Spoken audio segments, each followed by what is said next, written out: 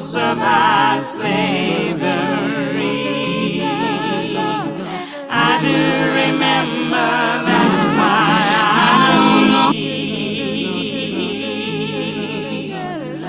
I don't know why the rivers overflow their veins. I don't know why the snow falls and covers the ground.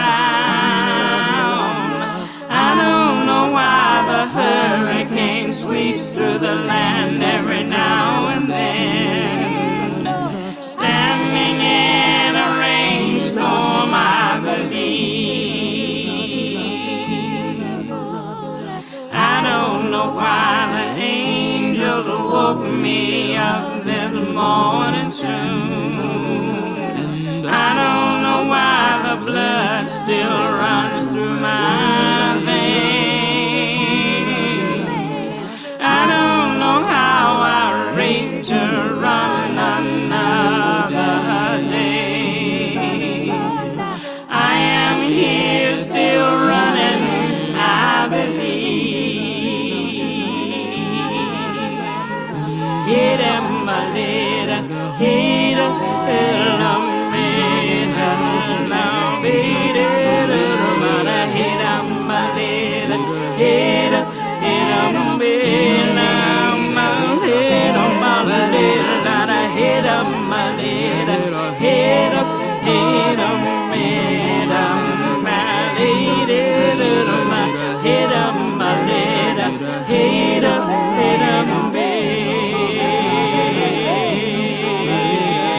my God calls to me in the morning dew.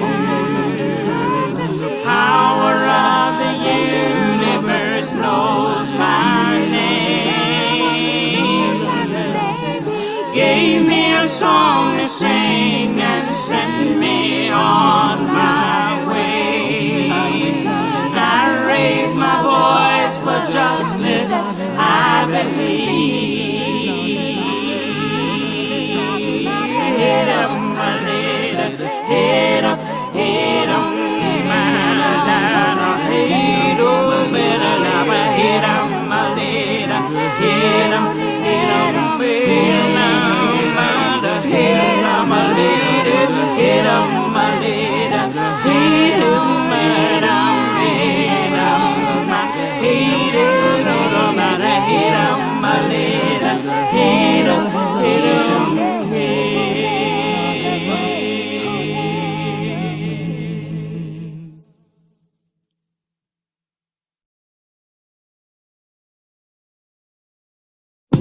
Do you know who you are? Where you come from and what you possess? You're so much more than a star. There is power in your greatness. Oh, don't you know you are a god and a goddess, king and a queen most high.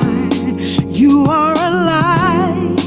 You are the one, you've been chosen. The whole world is hoping now is the time. So where is your soul? Where is your soul? Show me your soul. Show me your soul. Where is your soul? Where is your soul? Show me your soul. In my mind, you're a seed in the essence of life. Black butterfly, spread your wings, find your purpose and fly. Don't you forget, there is a reason you came here, master ordained and divine. This is your day. Make this much more than a moment. Claim it and own it. Shine, baby, shine.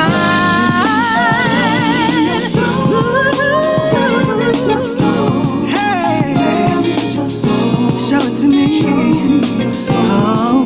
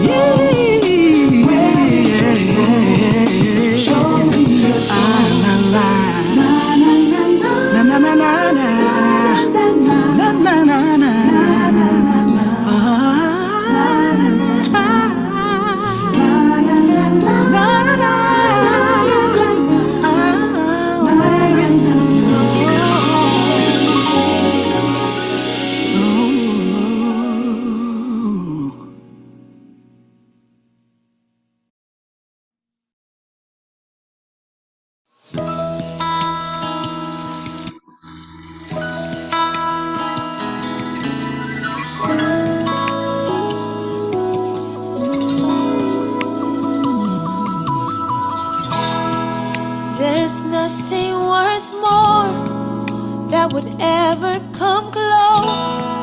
Nothing can compare. You're our living hope. Your presence, Lord.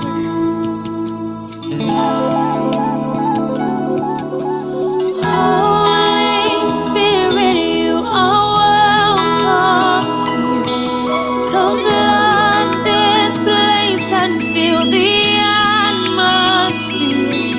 Your glory, God, is what our hearts long for.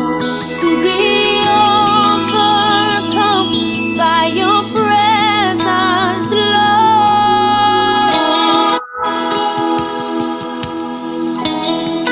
Your presence,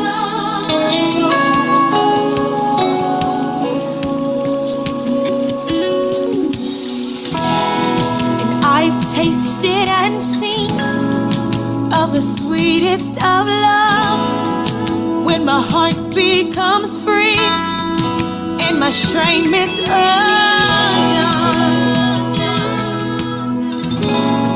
Your presence, Lord.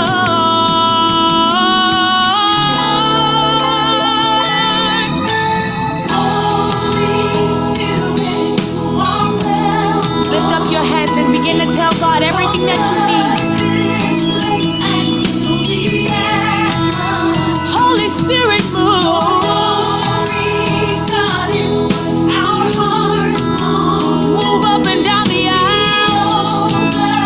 Touch somebody, Lord. Holy Spirit,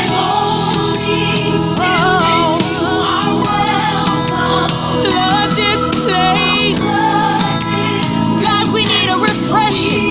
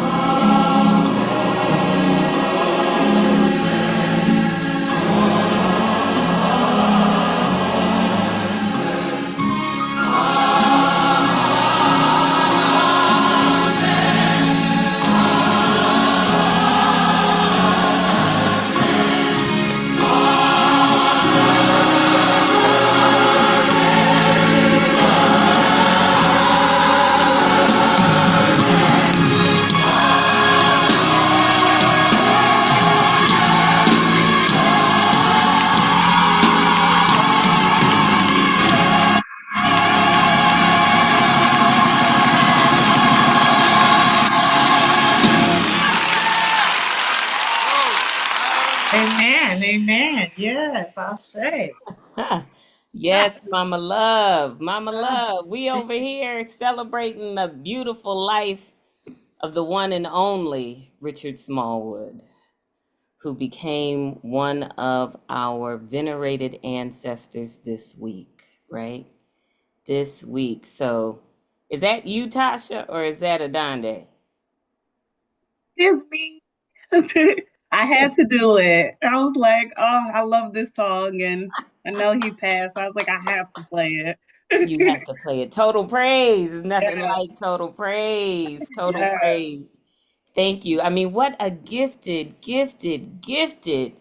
human being Richard Smallwood was and is. For most assuredly, he lives.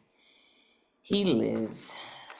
Welcome, Spirit Rising family, to the very first Spirit Rising of 2026. Come on off mute. Let's greet each other. If you're willing to come on screen, do that too. Whatever works for you. But let's greet each other. Happy Sunday. Hey, y'all. Hey. Hello, hello. Happy 2026. Hello. Hey, D.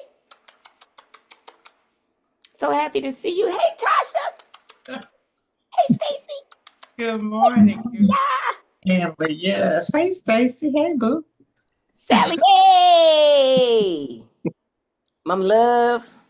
Sweet Tea. We all here. We here. We are here. It's so good. It's so good to see and be with you today. As is my custom, I like to ground us in what understanding sort of anchor our collective community, our engagement with one another, Spirit Rising. And so I just like to reinforce that Spirit Rising is a salon for the soul. It is a sacred space and community where our spiritual growth and liberation meet. Here, we offer provocations that stimulate our spiritual curiosity. Spiritual curiosity. Invite our most authentic self-expressions and activate the wisdom of our souls. We affirm the power of the collective to serve as a mighty channel for revelation and the flow through of spirit. In this here community, we trust love as the greatest universal power. We honor the divine as spoken by any name and no name at all. We focus on collective liberation through spirit while emphasizing our personal experiences and transformations. And let me say that again, this emphasis on collective liberation through spirit, because there's a lot that we do in our lives and in our world that might be oriented to liberation, but that isn't coming expressly through a spiritual focus or lens. Are y'all with me? Right? And what we do here is we are in service to our liberation, yes, and we approach it through a spiritual lens. That is, through activating what is at the core and center of our beings. It's not just liberation as a function of our doing. It is also liberation as an orientation of our being. And when we call what I call spirit, I'm getting into the essence of beingness itself, which I believe is fundamentally liberatory. That is to say, I don't believe that the essence of who and what we are is in bondage to anything or anyone. Now, that's what I think. Now, what you think matters too. So I'm just putting that out there. Take it, process it, leave it, be like, nah, I got my own perspective. All of that is okay. We lovingly explore the intersections of our spiritual development and transformative justice in this space. We believe that spiritual intimacy and oneness with the divine is an accessible relationship for all. Oneness with the divine is an accessible relationship for us all. It is not a function of only those special people who exist in those special places at these special times. Only the chosen ones get to be connected to the divine. We don't believe that. Indeed, we believe that all of us are chosen and all of us are divine. We are rooted by the profound welcome That is a persistent, unqualified yes and an extension of unconditional belonging. If you showed up here, then hey, you're supposed to be here. And we dare to stand in the spaces of hurt and hope to fully witness the possibilities of creation. We are open to the truth wherever we find it, which means that we are at times, often, and at times unconventional and operating beyond what might be considered acceptable norms. Because once we catch the scent of the truth, we like to follow it wherever we go. And we embrace the wildness and wholeness of our spirits in this space. So once again, welcome, welcome, welcome to Spirit Rising. Adande, we are happy to have you on this day. Glad that you joined up. Here comes Delisha. Like, wow, showing up today on this first Sunday. Hey, Delisha, welcome. You're right on time. We just finished doing our grounding, What is Spirit Rising? I'm so happy to see you all, Sally A, Taya, Tasha, Stacy, D, Mama Love, Delisha, Sweet Tea, and Adande. I want to refer to you by the spiritual identities that you shared with me when I last led session. Do you remember when we rethought the nativity? Do you remember that? And we were like, hey, okay, we know that the nativity focuses on the birth of Jesus Christ, and we were expanding our exploration of the nativity to talk about Emmanuel, the God with us, as in each of us. And so our own births are also holy phenomena, right? And so we thought we expanded our sense of the nativity, and when we did that, I asked you all to write new stories, or write stories about who you are fundamentally, and you all then came up with monikers. So I decided when I see you, I'm gonna greet you by these holy identities, don't you know? So I want to say welcome, welcome, welcome to Wild Song. She knows who she is. Hey. And I want to say welcome, welcome, welcome to Spirit Walker. Yes, hey. She knows who she is. And I want to say welcome, welcome, welcome to the Goddess of Love. Hey. She knows who she is. And then there's old Cosmic Daughter, Pathfinder the Soul, Oracle of Wisdom. And I'm gonna claim all those titles and identities. And I want to invite you. Delisha, you were on that day. Weren't you on that day? I was. I had to leave early. Okay, so that might be why I didn't get a name for you. So just go ahead and think about your name. For Stacy, for Sally A, for D, for my mama, Maybell, Sweet Tea, for anybody else whose name I do not have. We were calling ourselves by what we believe to be the essence of ourselves. And so Tracy was Holy Healer, Taya was Wild Song, Alicia was World Servant, Aisha Lamar was Goddess of Magic, Miracles, and Mischief. I mean, ooh, we were getting into it. Oh yes, Delisha, I go by Discipline of Love. Welcome, Discipline of Love. I'm put this in here. Discipline, Delisha. Delisha is Discipline of Love. Disciple of love. Disciple of Love, yes. Sexy and healing. Disciple of Love.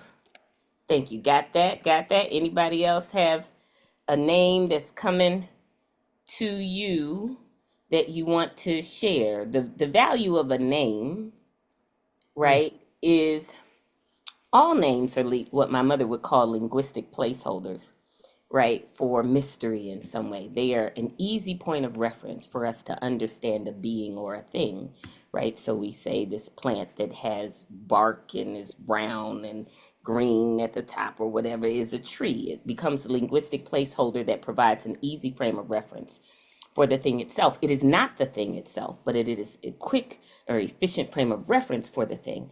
And so often we need frames of reference to help us be and stay clear about who and what we are. You understand what I'm saying? Y'all with me? Right? So, holy healer, or wild song, or servant, or goddess of magic, miracles, and mischief, or spirit walker, or disciple of love, or goddess of love, or whatever it is we want to call ourselves, help us provide shortcuts and pathways into our essence of ourselves. So, just offering that spirit of beauty and exploration. What, Stacy? I got it. I got it. Spirit of beauty and exploration. Oh, Sally. Hey, Sally, we got truth lover. What? Duality personified. Yes, D. I got you. Okay, everybody, change these. Let's change these names on this screen, right? Go ahead and change your name. Go into participant, right? Put your spiritual identity name up in there.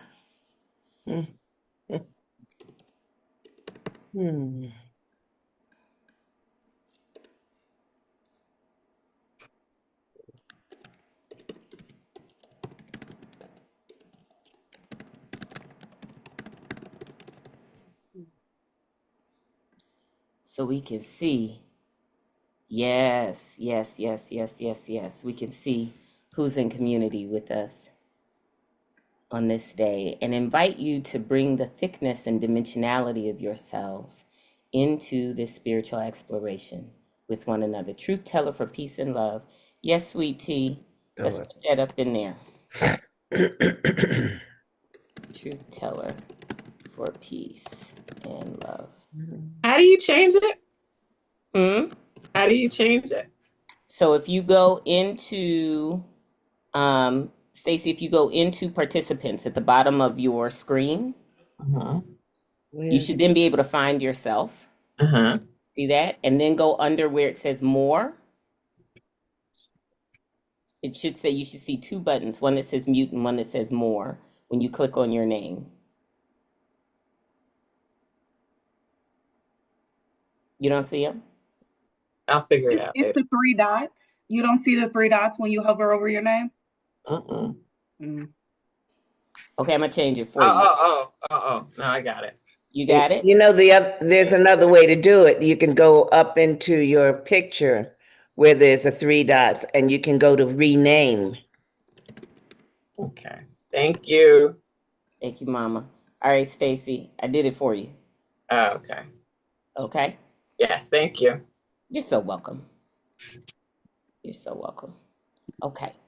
So, I've gotten a chance to greet you all by the names that you all are giving yourselves. May these be identities that you play with and that you express and experience and that you deepen with over the course of this year, right? What we call ourselves matters. So I want to give us just a couple of minutes for sharing how we're arriving today at the well of wisdom, this well of collective wisdom that will emerge through our shared musings and reflections.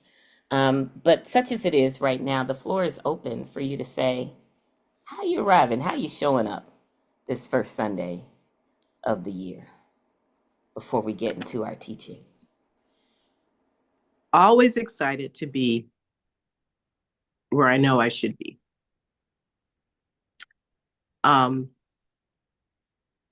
Richard Smallwood, that was a hard one for me.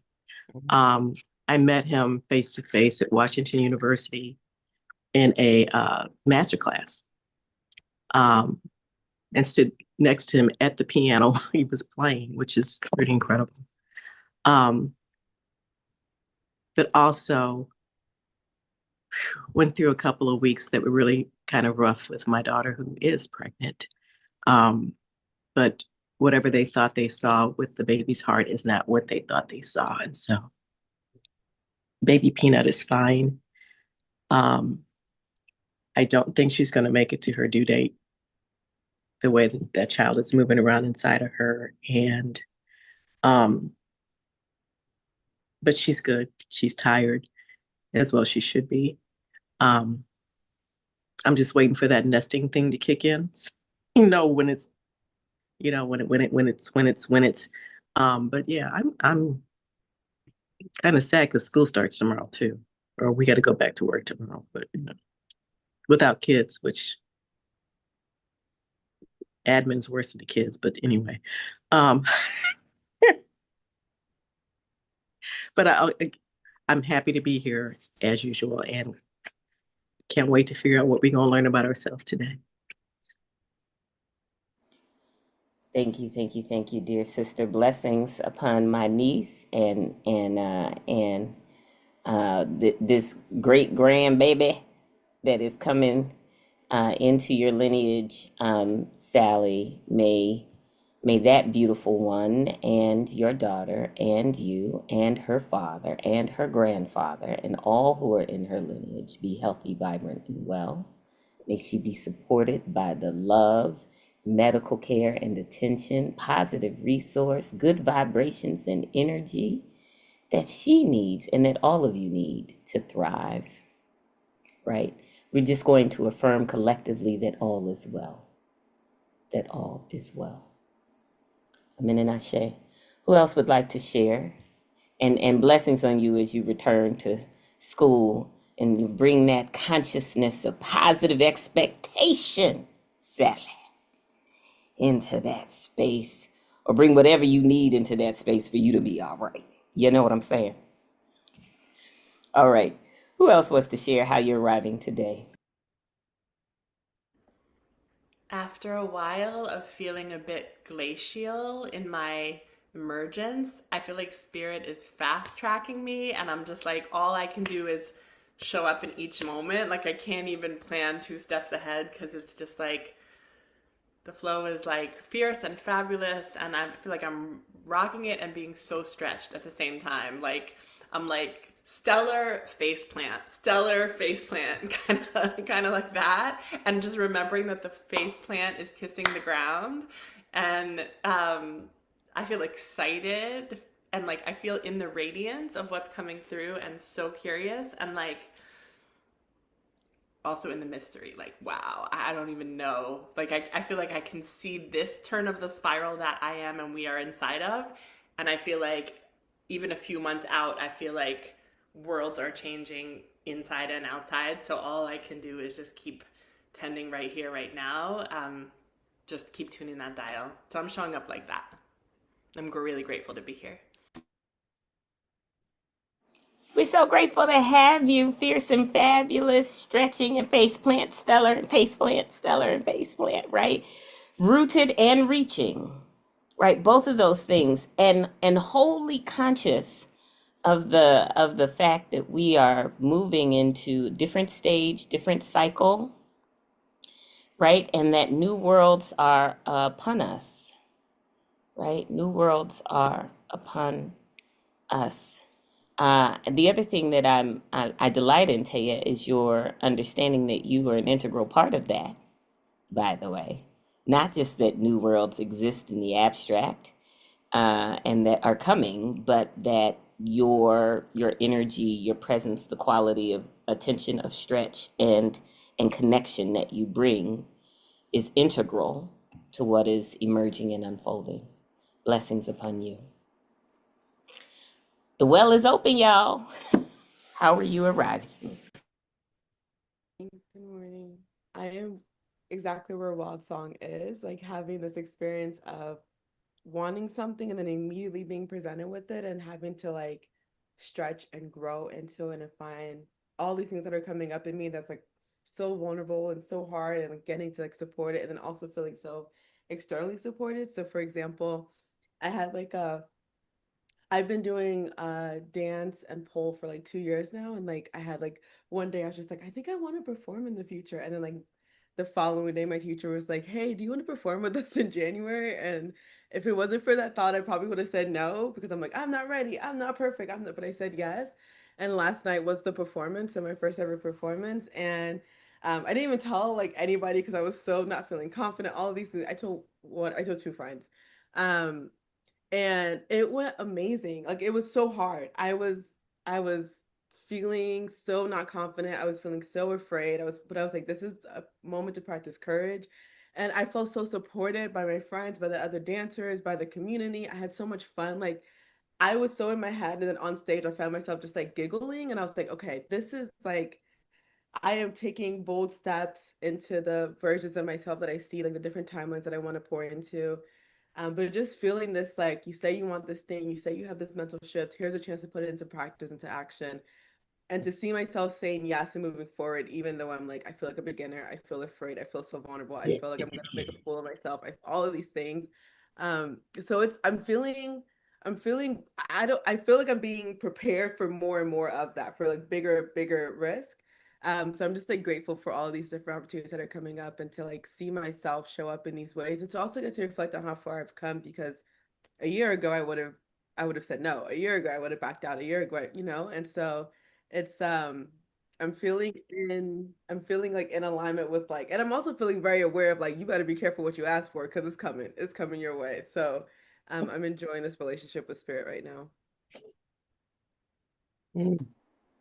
Delisha, this is so beautiful. You are setting us up for what we're going to be talking about today. So I just want to just say how I'm not surprised by that, because it's always the case, right? But I think the pieces that I want to lean into here, a deep bow to you for doing the thing that you most desire, even if it's scary, right? Even if it's scary, you're like, you did it. You said yes to it. One of the sayings that my mother has is, don't be at the train station when your ship comes in.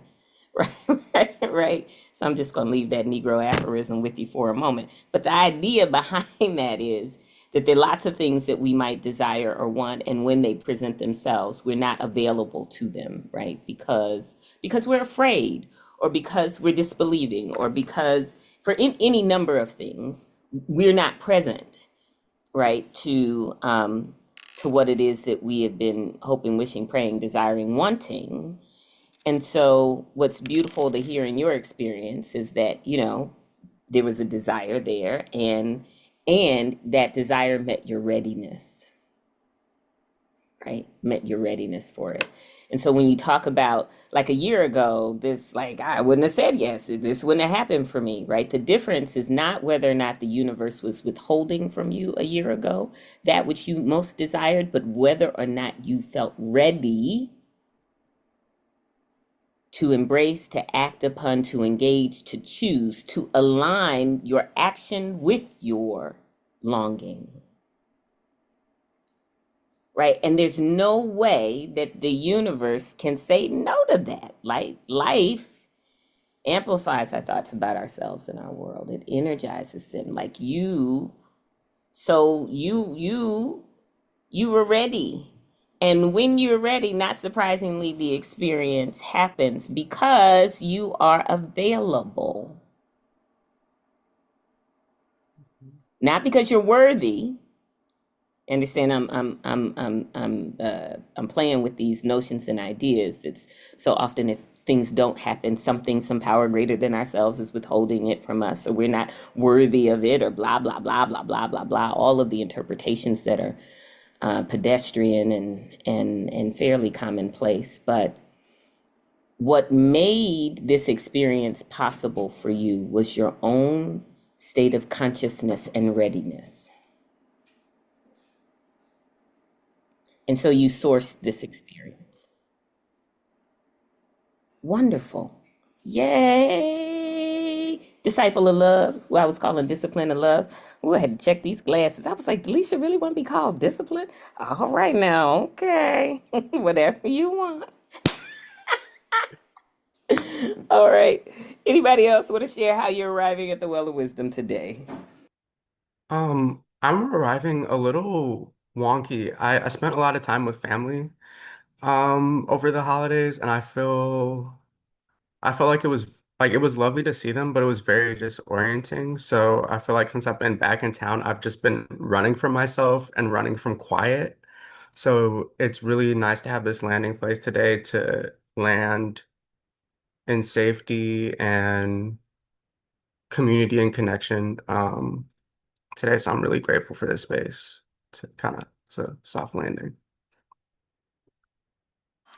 Beautiful, beautiful being. I'm so glad that you are here with us on this Sunday and that you can take your running shoes off, right? Sit a spell, put your feet under the table. Know that you are wanted and that we delight in you. And hopefully we get to be a holy reinforcement, right? A holy reinforcement of you in these times, these holidays when we get to be with family, you know, have their pluses and they have their challenges too, right? Because usually family is an opportunity to both be resourced and to come into those old patterns, right? We can see, we like, ooh, there are these patterns and you know, have I outgrown these patterns? Like, what do I do with these patterns, right? As I'm changing, and I don't know all of what your story is, but when we get to be in community with our families, the truth of the matter is the dynamics are complex. Complex. My hope is that you got whatever you needed to get from those experiences, and that being back home for you gives you an opportunity to center, to connect, right, and to ground in a way that affirms who and what you are. Blessings upon you. Anybody else?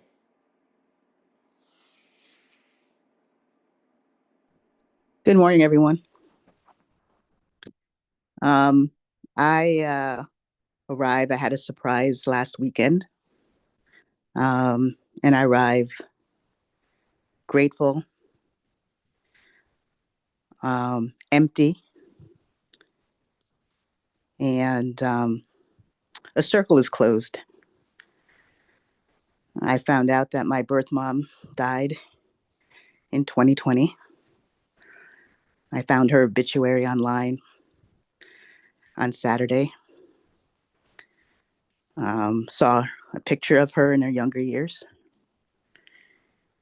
and that she was just one state away from me in Queens, New York. I'm grateful and relieved that the circle is closed. I Googled her again on a whim, and this popped up. And I called her husband on Sunday, and I'm grateful that her husband was truthful and said that she was in Canada in the 1970s. And it's going to be a little journey this year, as I hope he'll be more open and I get to know their family. That I have 2 half siblings, and they didn't know anything about me. Nobody knew anything about me. And they're 4 years and 5 years younger than me, my half siblings.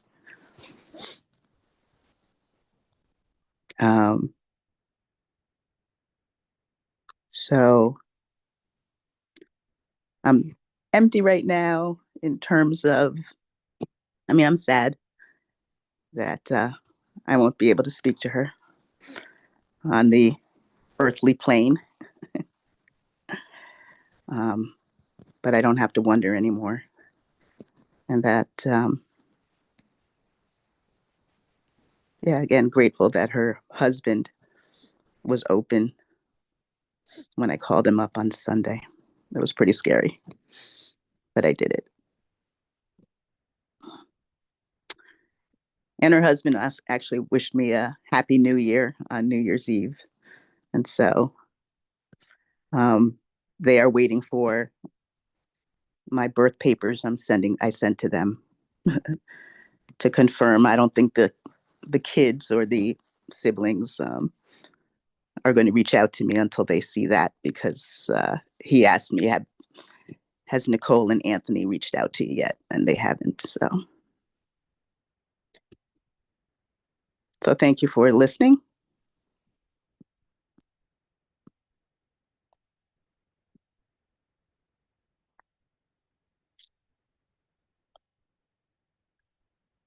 I appreciate it.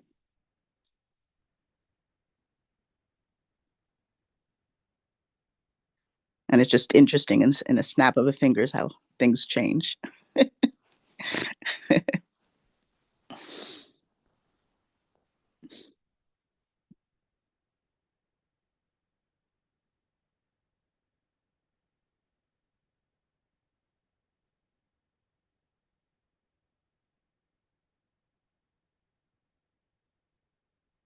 Thank you.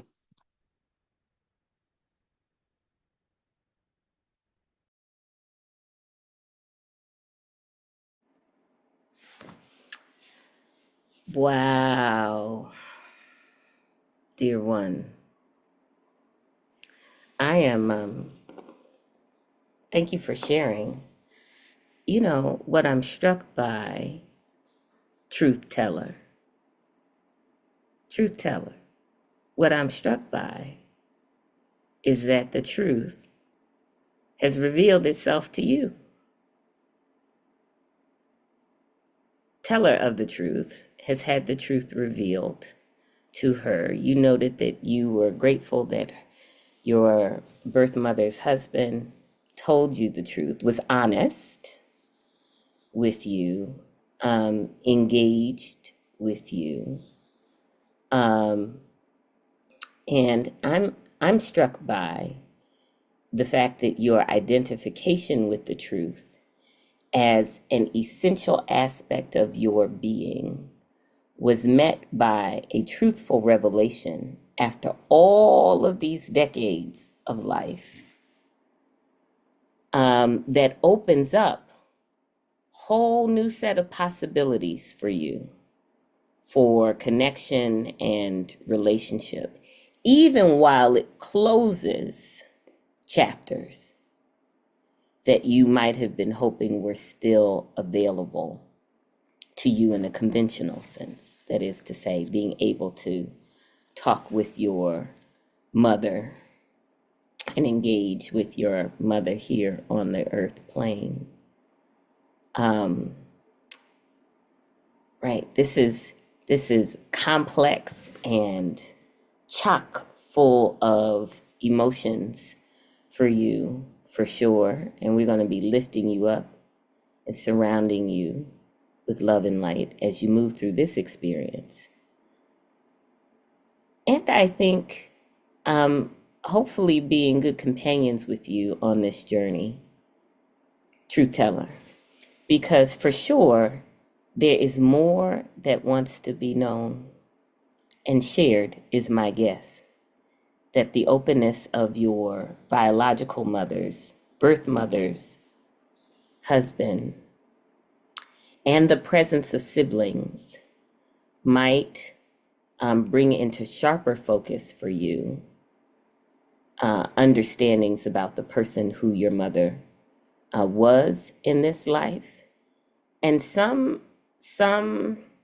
opportunities for intersection and connection between who she was and your own life experience.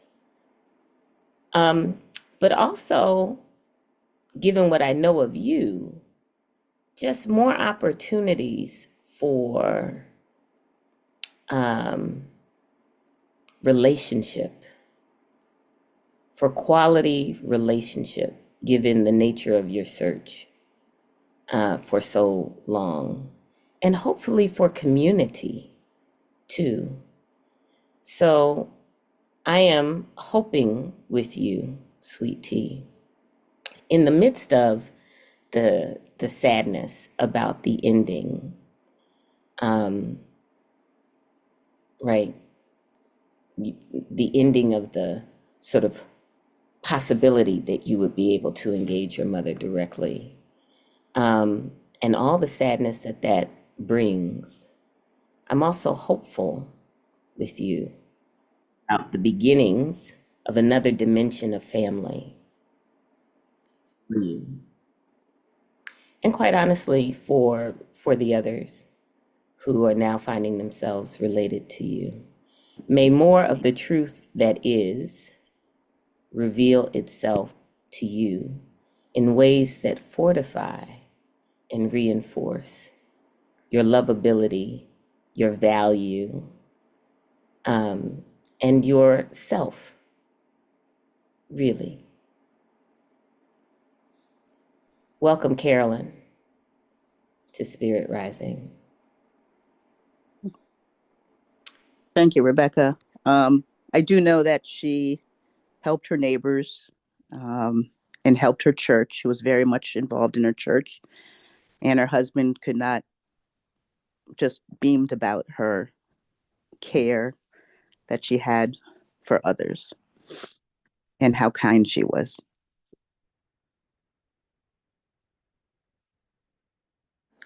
Well, and in that, my hope is that you see that there's some connection Yeah. between some of her propensities and your own, right? As a servant of the people, right? As someone with deep care for others, service to others, right? You consistently demonstrate positive regard, love, and care for those around you, those who are in direct relationship with you and those who are not. And that might just be not only your own proclivity, but a part of your lineage. It is. Or be revealed. That's my hope. May more be revealed to you and through you, quite honestly, for this extended family, which you are now aware of and connecting to.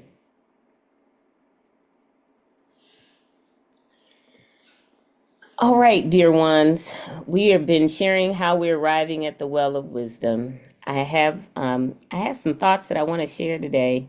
I practiced them with my mama last night when she sat me down at the dinner table and said, "What you gonna talk about tomorrow?" Let me say this. What I share today will not be new. I just want to begin the year with some positive reinforcement for us. I also want to share something that you might not know, and that is that it's a privilege and a pleasure for me to serve and to learn and to grow in this community. And this year, 2026, marks, drum roll please, our 10th anniversary. Our 10th anniversary of spiritual exploration and development as a collective. I was looking through my records. I said, wait a minute. For the record, May of this year, May of 2026, is our sort of official 10th year anniversary, 10 years of growing together in ways that advance our spiritual liberation and mastery. So I'm grateful to be on this journey. My, how time has flown, dear ones, and being in loving community with each of you. So we're at the first Sunday of the year. This year is a special year for our community because it's our 10th anniversary. And the beginning of the year always has its own kind of sweetness. Part of what I appreciate really about each new year is that it not only presents an individual and collective opportunity to sort of reset or experience a clean slate, but also that it's a time of year when we have a heightened sense of our agency, of our ability to sort of consciously create our lives, right? At the beginning of the year. I want this, I'm going to do that, I'm resolved to blah, blah, blah, fill in the blank. I'm going to shift this, I'm going to grow that, I'm going to let this go, right? Like this is a part of year when our sense of agency is most prominent and acute. It's in this moment, at this sort of beginning, that we become keenly aware of our soul's power and of our soul's power to create. It's one of the reasons why I like this part of the year.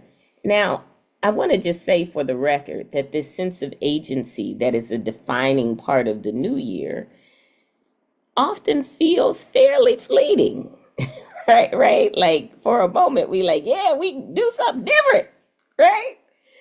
Until it gives way to habits, the habits, the conscious and unconscious patterns of thinking and reacting and behaving and choosing that just seem to have a life of their own and defy often our deep felt desires for change. So there's this window, right? And this window, if we're not careful, can close quickly and we find ourselves doing what we've always sort of done. I want you to think about the doing what we've always done, these habits as conditioned responses. Another way of talking about that is that these conditioned responses or habits are simply preset energy programs, right? It's a preset program. Like, this is the program for not exercising. This is the program for not getting enough rest. This is the program for eating whatever the hell I want to eat, right? This is the program for staying in this tired relationship, right? Like these patterns are preset energy programs that we reflexively tied our life force or soul's power to. Reflexively. They don't require much sort of conscious effort on our part. But here's the part that I think is important to illuminate, and that is we can change these preset energy programs through shifts in our attention, our awareness, and our understanding, right? So, Delisha, you said early last year, I wouldn't have said yes, right? Because the energy program you were running was a particular kind. I don't know enough. I don't want to be seen. I'm not an expert at this. I've got to be perfect in order to be seen, right? Like there is a program, right? It's a whole program. But what shifted, something shifted in this last year. Something shifted. And your experience followed suit, right? So the habits or patterns, the reactive and reflexive ways of thinking, behaving, choosing, doing, habituated sort of pathways and patterns can give way to these shifts in our attention, our awareness, and our understanding, and through practices that help us shift, like visualization and thought observation and redirection and storytelling and acting as if, taking these demonstrations and intentional or focused action. There are all these things that allow us to maintain our sense of agency rather than having it be muted and dulled over the course of the days and the weeks that follow the beginning of the year when we have this connection to it. So as we kick off this year, I want us to consciously root in and reclaim our soul's power. Consciously root in and reclaim our soul's power. That is to say, I'd like us to fully engage the creative, generative life force energy that exists within each of us and to exercise it with intention in our affairs. To engage the creative, generative life force energy that exists within each of us.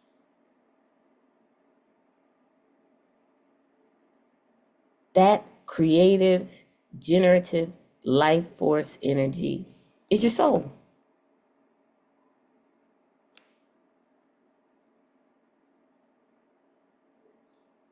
And it always has agency. It is always and ever creating, always.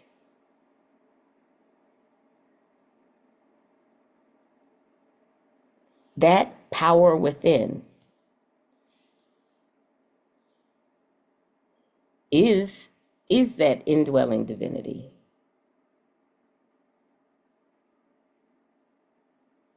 And it is always not only available to us, it is us.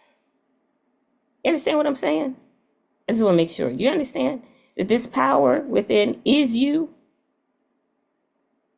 It is you. It is me.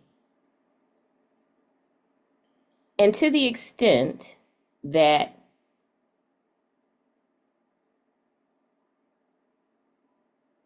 that evokes any resistance, to the extent that that evokes resistance in me, because I can't talk about resistance in you, to the extent that when I'm presented with the power within the generative, I am the generative creative force of life itself, and I am always creating that which I experience and live and hold to be reality. To the extent that I resist that, it is worth me being curious about. Because there's some preset energy program that's running there that is feeding on my confusion about what I am and what I'm capable of. And I just get to be curious about it and to look at it and be like,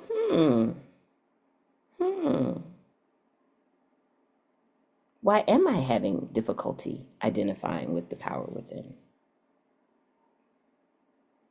With the generative life force energy?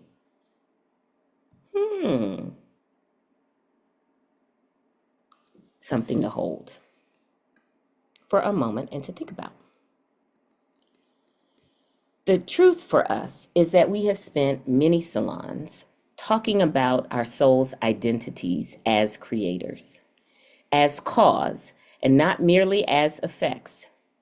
And we've worked hard to pierce the fictions of powerlessness that we inherited from dominant cultures that were addicted to exploitation and control. And even with all of our work, our collective work, our personal work, there remains, both within the larger shared consciousness and our personal mindsets, a stubborn belief that forces greater than ourselves are determining our reality, and that the powers within us are less impactful and influential than the ones around us. This is just a refresher today. I just get to reinforce some stuff we know, but I get to reinforce it. You understand? Can anybody else on this call identify with that stubborn belief that something out there is determining what is real for me, right? And that what's out there is more powerful than the power within, than what's within me? What's within me is less influential, less powerful, less capable. Anybody got that? Been wrestling with this strong. Yes. Yes. And who does that benefit exactly?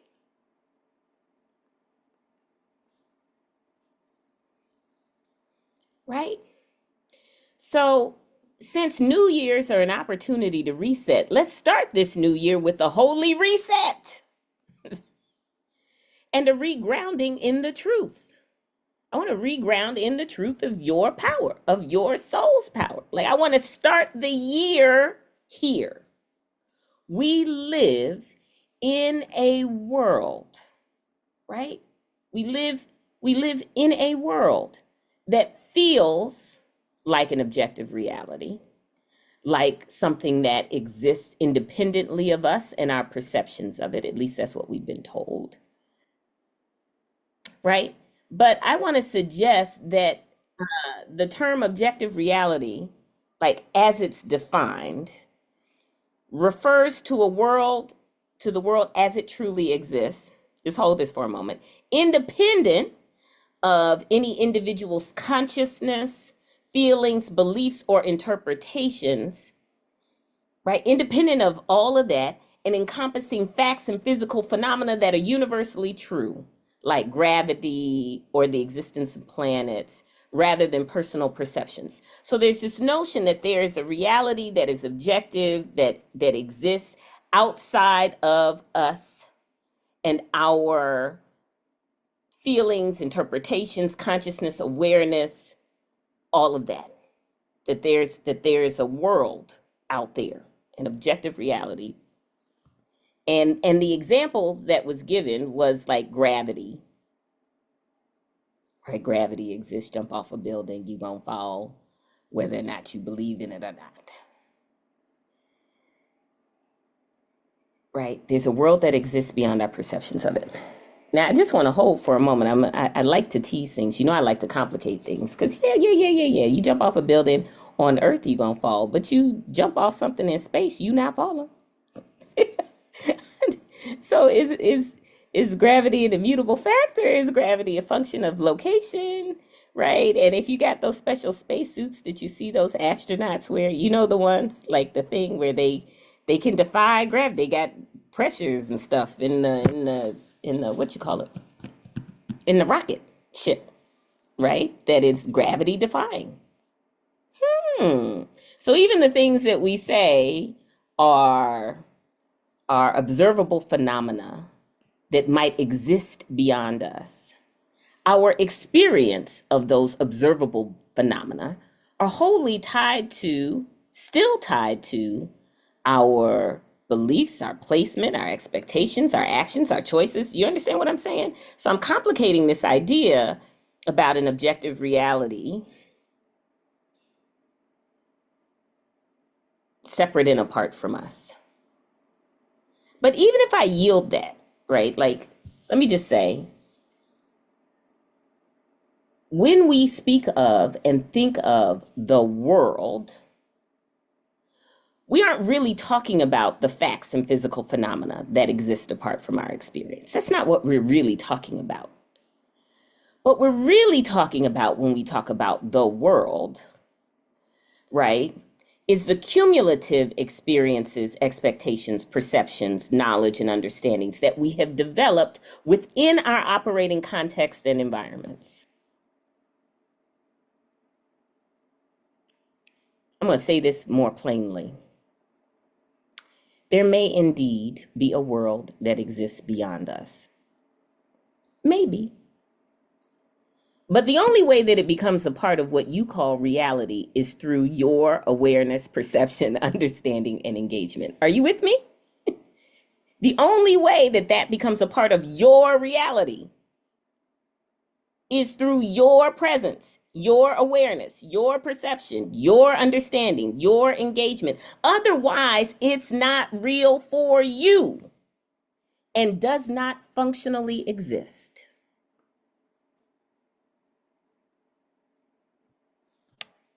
Right? For how many of us are the mating habits of the Venezuelan poodle moth a phenomena that shapes our experience?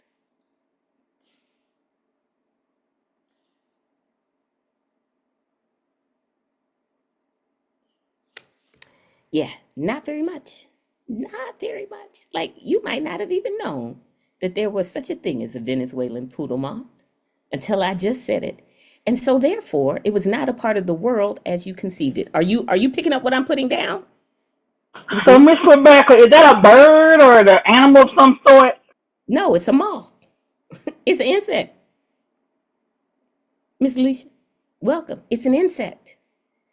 But it is not what you would have called a part of your world before the moment of your awareness. Hello. And therefore, it was not something that was real to you.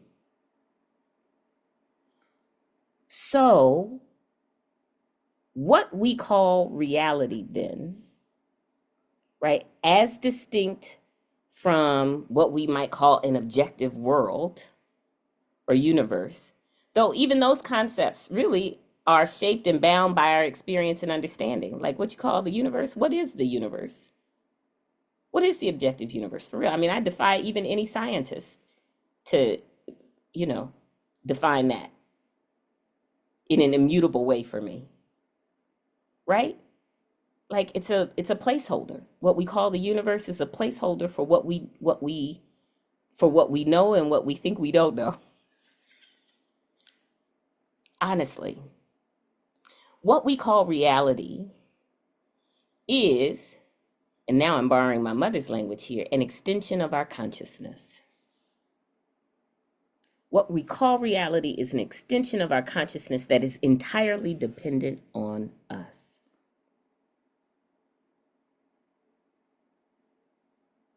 I want you to hold that for a moment. It is an extension of our consciousness that is entirely dependent on us. I like to say that our realities are as unique as our fingerprints. No two people share them. And I know this because you and your brother or your sister or your cousin and them or your friends and them may have had a shared experience of what somebody did or what happened at such and such time, but what it meant to you, what it meant about you, what it did for you, very different things. Even your recollection of it, different, yes? And that's what makes up your reality. It's not just the phenomena, the material artifacts in your experience. Like, let me find another way of saying this. Like Stacy and I could both be staring at the mountain, at something called a mountain. How about that? Depending upon our cultures, our whatever, we first of all might not call the thing the same thing. How about that? And what that mass of rock and uplift might mean to Stacy and might mean to Rebecca, not the same. And what it means to us, what we call it, how we perceive it, what it means to us, how we talk about it, what we decide or choose around it, and how we engage it becomes what we call the reality that is the mountain. And it is not the same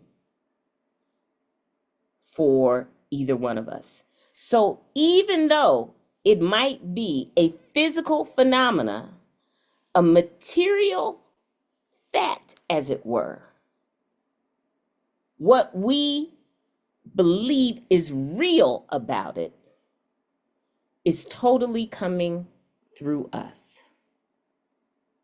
Everybody still with me? This is really important because I'm saying that what we call reality is an ever-changing constellation of our thoughts, perceptions, interpretations, and understanding, expectations, beliefs, choices, stories, behaviors, and experiences, compressed and compounded. Compressed and compounded. These energetic expressions become the frames of reference within which we live, function, and operate. In short, they become what is real to us and for us.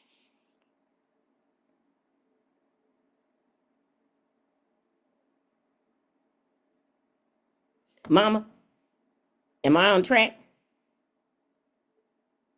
On track. I'll let you know. I know you will. I know you will. That's why I'm asking. And when you get to potential, we'll have a more robust exchange. Yes, we will. Now, Mama, you know I ain't gonna be talking about no potential up in here. So we're going to have this exchange in front of our community. Right. Hey, Mama Bennett. Hey, how you doing, Miss Alicia? I'm good. I'm sorry, Mr. Beck. That's all right, Miss Alicia. We love you. We love you. I think it's important for us. I wanted to start the year off with having us redefine and get clear about what the heck we call real. And I want us to stop thinking that what it is that we call real is somehow exists outside of us. You are integral to what you call real. What you call real, what you call reality is dependent upon you, is being shaped by you, is being co-created by you in every moment, every breath, every jot, every tittle, every quark, every electron, proton, neutron of your existence. That's what I'm saying. Reality is not an independent fact, but an emergent phenomenon.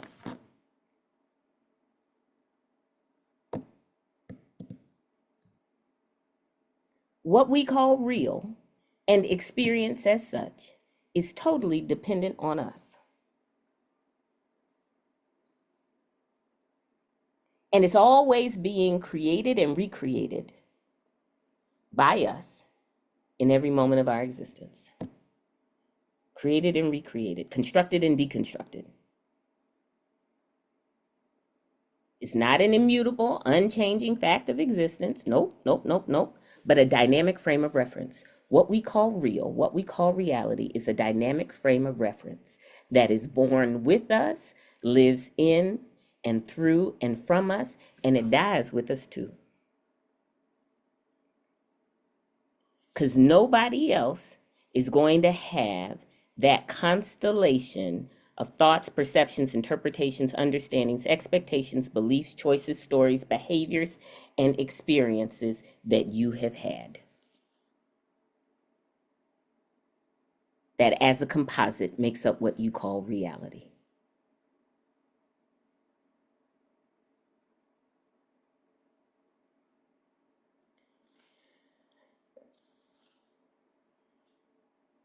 This is important because what I'm saying, y'all, is that you're a reality creator.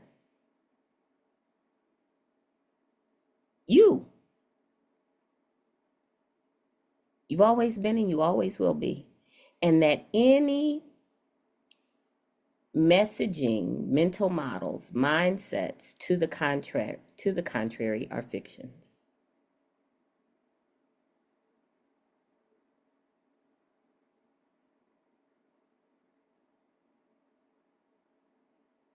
Right? I don't really have another agenda today except to reinforce that truth. That you're a reality creator. That your soul, that the essence of your being is always creating.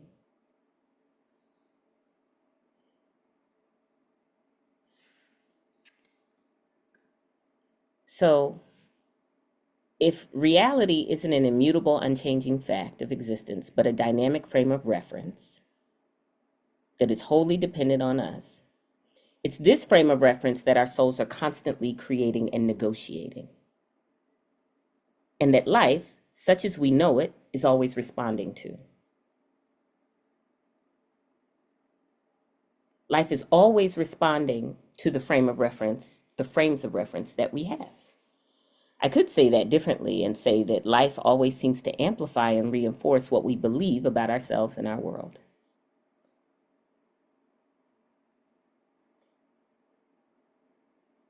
It responds to those frames of reference. When the frames of reference changes, somehow life changes. I'm gonna keep coming back to Delisha because you gave an excellent example at the beginning, right? A year ago, I would have been closed off to this, and therefore it would not be a part of my experience. Even if the opportunity came my way, it would not be a part of my experience because I would not have been available to it. But as I grow, as I shift, as I change, as I open up to more courageous forms of action that bring me into greater relationship with that which is an orgasmic life, that which turns me on, that which vitalizes and energizes who and what I am, somehow The range of opportunities, choices, experiences that are available to me widen.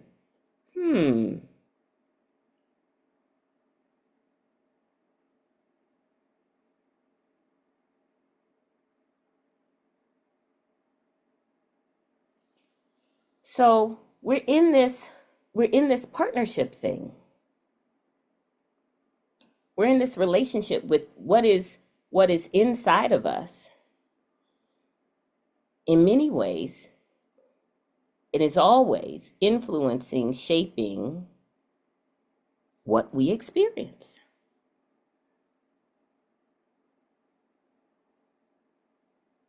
And it's unique to us. This is true for each and every one of us. Because where our soul's energy goes, life flows. You are actively resourcing your reality with your energy, your attention, your interpretations, and your actions. Something becomes more or less real to you based upon what you give energy to, attention to, what you have an understanding of, and what you do. Are you with me? So Venezuelan poodle moths are more or less real to you, depending on how much attention you give to them. If you leave from here and you give more attention to the Venezuelan poodle moth, you look it up on Google, you buy a book about it, you then fly to Venezuela, you join the entomologists on a search for it, you engage the poodle moth, you bring some back to your house. Do you see how the poodle moth then becomes more a part of your reality? This isn't just true for poodle moths. It's true for oppressive systems and structures. It's true for relationships. It's true for, work with me. It's true for identities. How many identities are we constantly reinforcing? Even stuff we don't want to reinforce. We give more attention to them, and then they feel more real, and we have experiences with them, in them, and as them.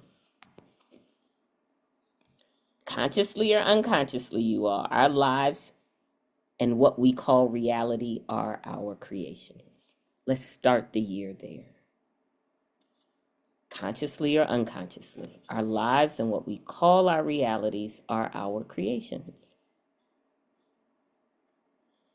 And the reason we miss this so often, or we get confused, or we forget, or, is because, we get bullied and stuff by these systems and structures. But it's that the tools, more importantly, it's that the tools that we use to create our energy, our thoughts, our choices, our expectations, our beliefs, our understandings, our actions, our perceptions, our words are usually wielded reactively and without intention. So 99% of them just go largely unnoticed. So we actually don't notice that we are creating, though we are creating.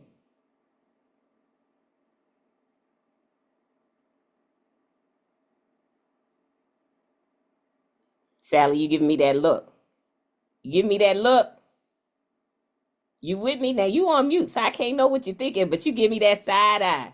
No, I was waiting for the next words. You stopped. I was like, did she freeze? I didn't freeze. I just, right? Like what we use to create, we don't actually think of as creative tools. You understand? We just think they just extensions or expressions of ourselves.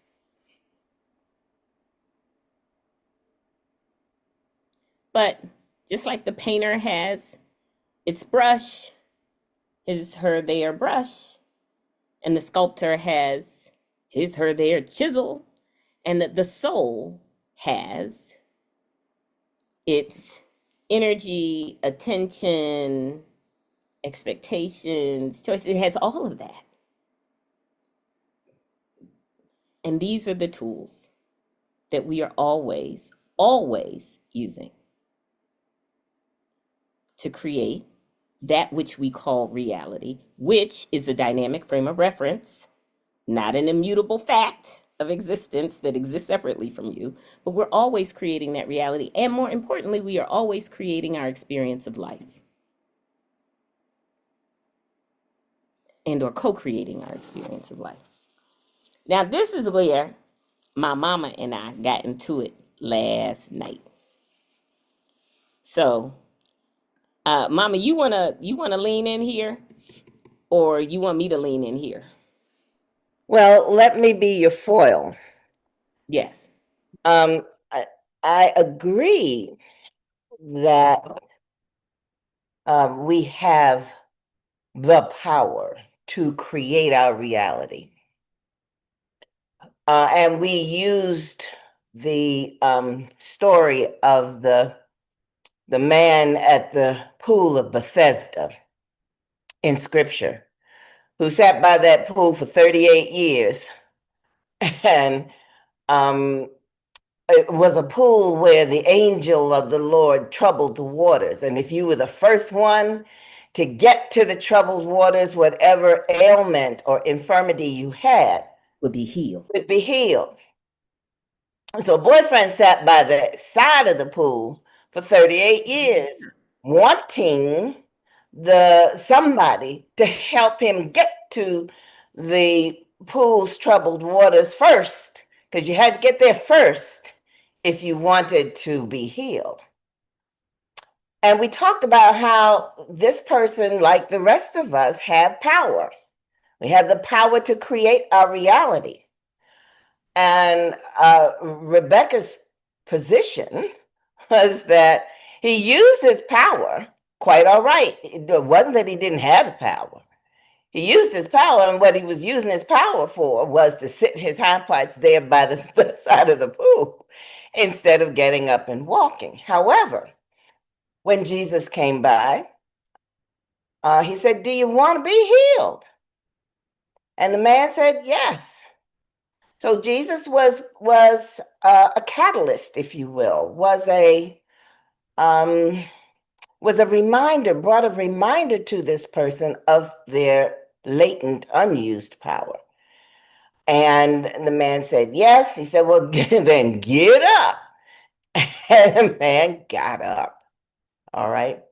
So my position was that, yes, he had power, but there was unused power. There's latent power. There was dormant power. There was potential there that he was not applying, maybe was not aware of, and therefore did not activate. What Rebecca's position is, yes, he had power to create his reality, and he used that power, his attention, his thoughts, his expectations, and those were the tools of his power, to sit there for 38 years. That's how he was using it. And I would have described him, and did describe him, as one who had power, but he had unused potential power. And what happened, the thing that ignited that power, was the catalyst, as the story is told, was the presence of someone who let him know that, you can ignite or you can activate the power within by your intention. And that was the purpose of the question. Do you want to be healed? That was the provocation. And then his response, yes, was the switch that turned on. And I would argue that it turned on in a way that activated what was potentially already there, was always there, but that he was unaware of and or unwilling to activate. Thank you, Reverend. Let me say one other thing, if I may.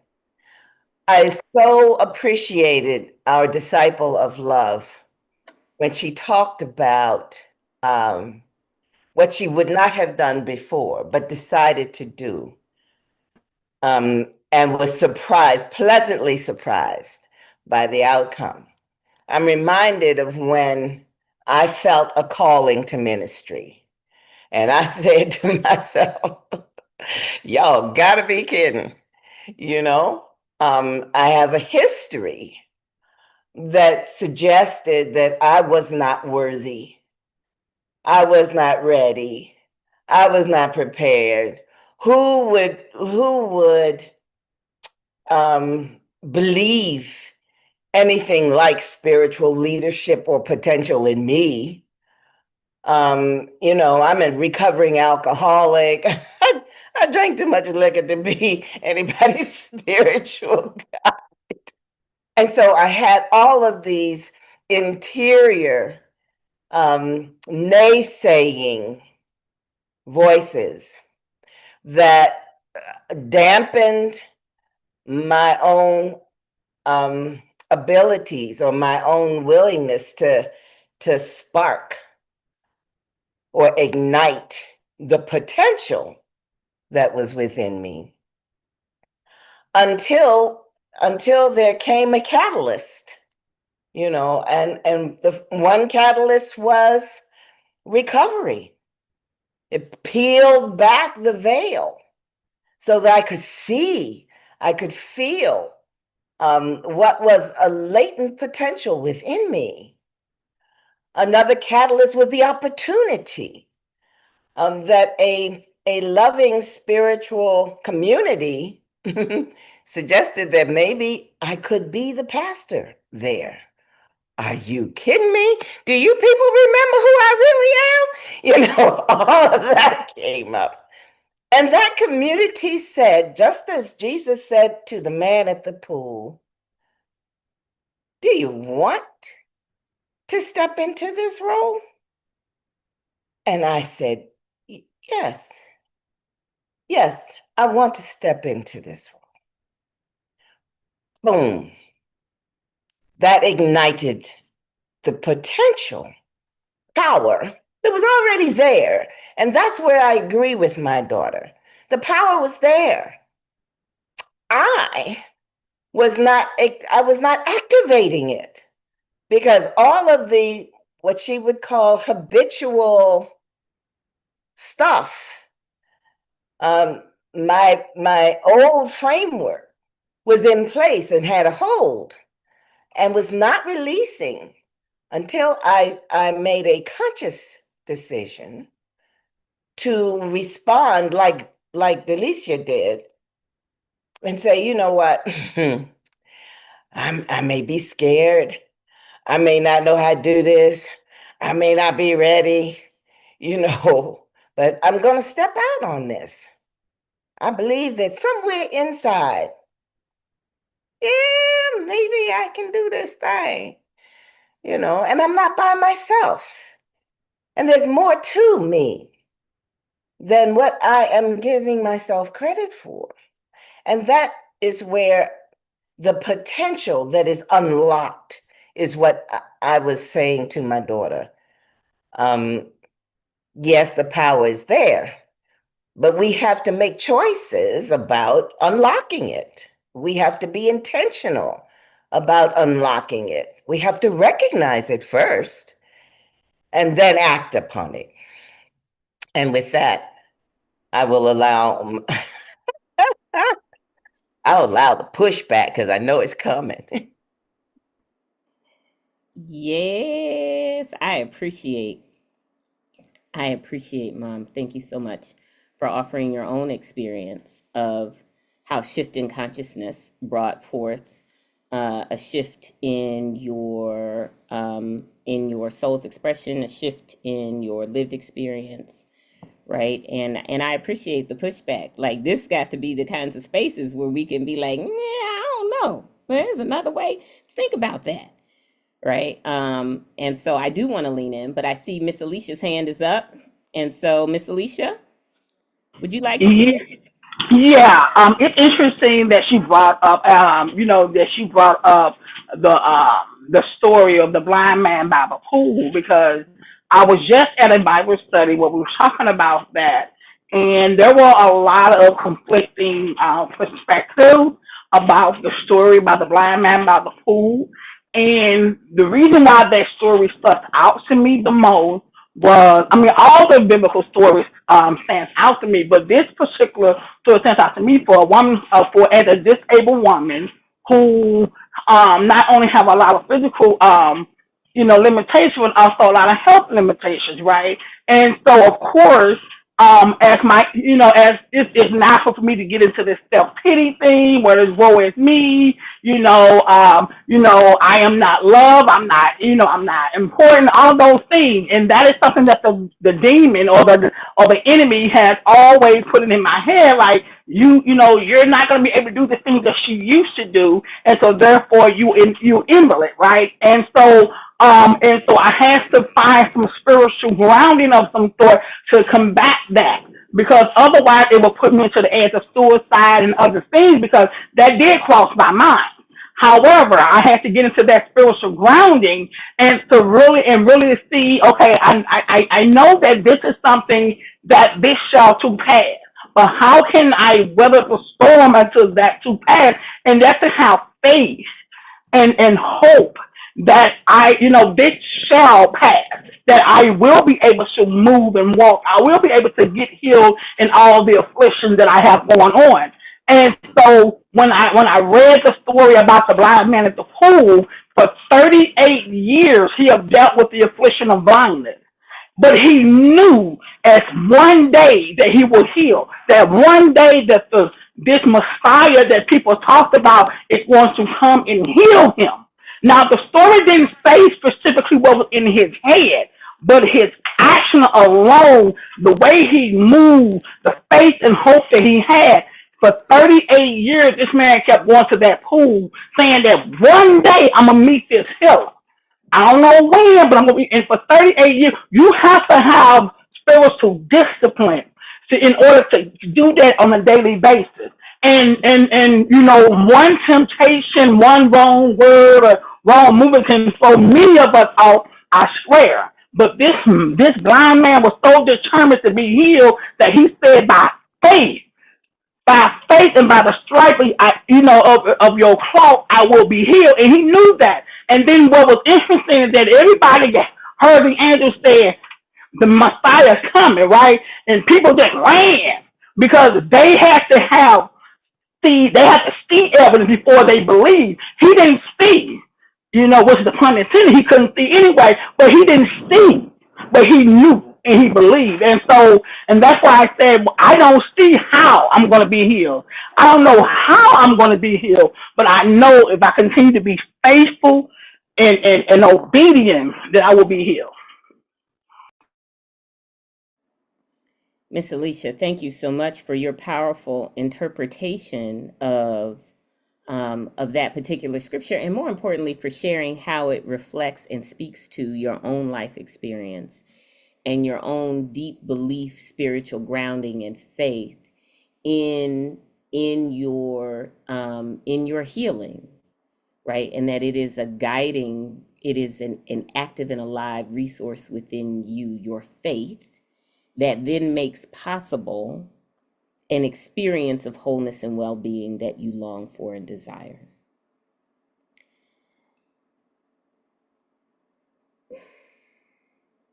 I don't really think my mama and I disagree that much, for real.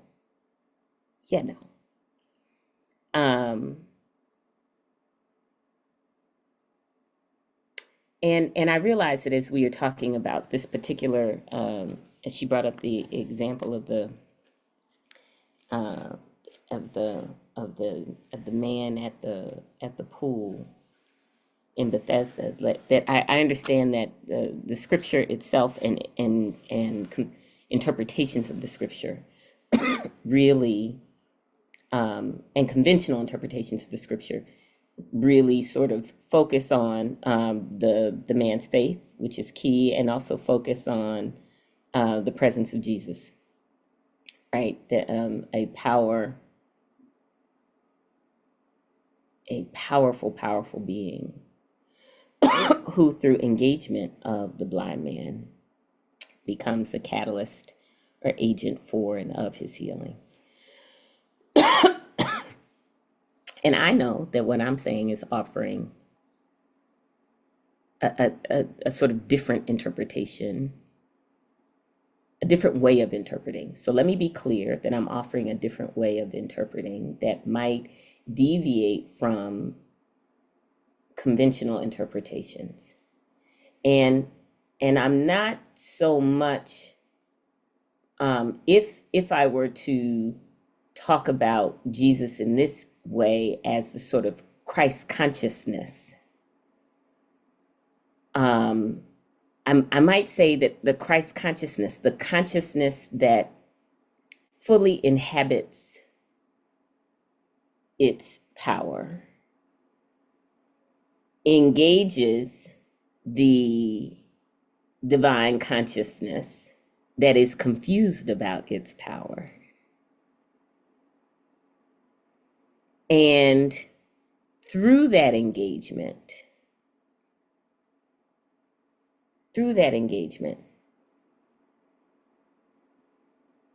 asks the confused consciousness to get clear about it, what it wants and can do. Do you want to be healed? Well, then rise, get up, take your bed. And when the consciousness that was before confused about its power, it says, well, yes, that shift in consciousness makes a shift in experience possible. That's one way. It's another interpretation. That's another interpretation. Faith is a state of consciousness. Our faith makes available to us what might not otherwise be available if we didn't have faith. Are you understanding what I'm saying? So, Miss Alicia, your faith becomes an energetic program, becomes a pathway that your life force flows through and amplifies. Your faith amplifies, energizes your life force. And your faith makes something possible for you.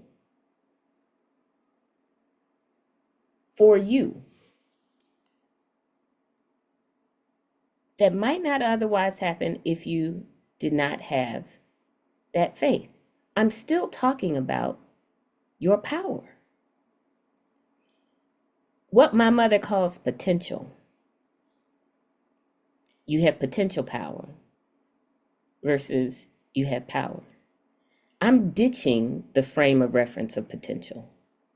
What I'm saying is you are always exercising your power. Whether you do that consciously or not, it's not about whether or not you have power. And it's not about whether or not you use power. It's about how. How. We can use the generative creative life force that we are to reinforce what we're already doing. We can use the generative creative life force that we are to resource something different than what we're already doing. But no matter what, the generative creative life force is creating.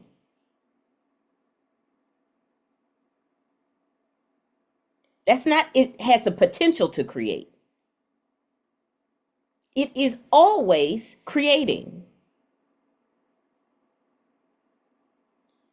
Yes, what we give our attention to grows, right? Where our attention goes, our energy flows and experience grows.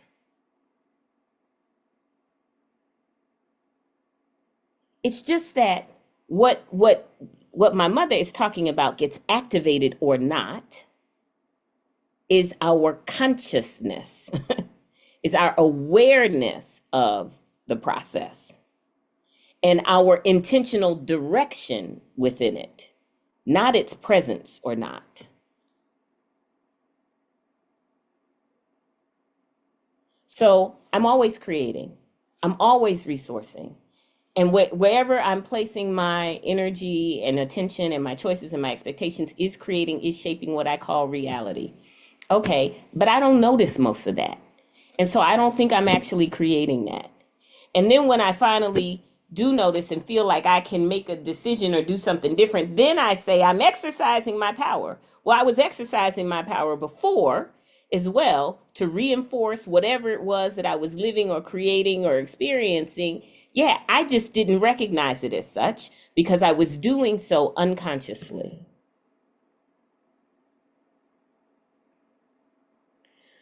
So when I am talking about, so this invitation, the so what of all of this, like, so what, so what, so what, so what, is that we can consciously, we can and should consciously exercise and engage the power that we are, the generative creative life force that we are. We can and should.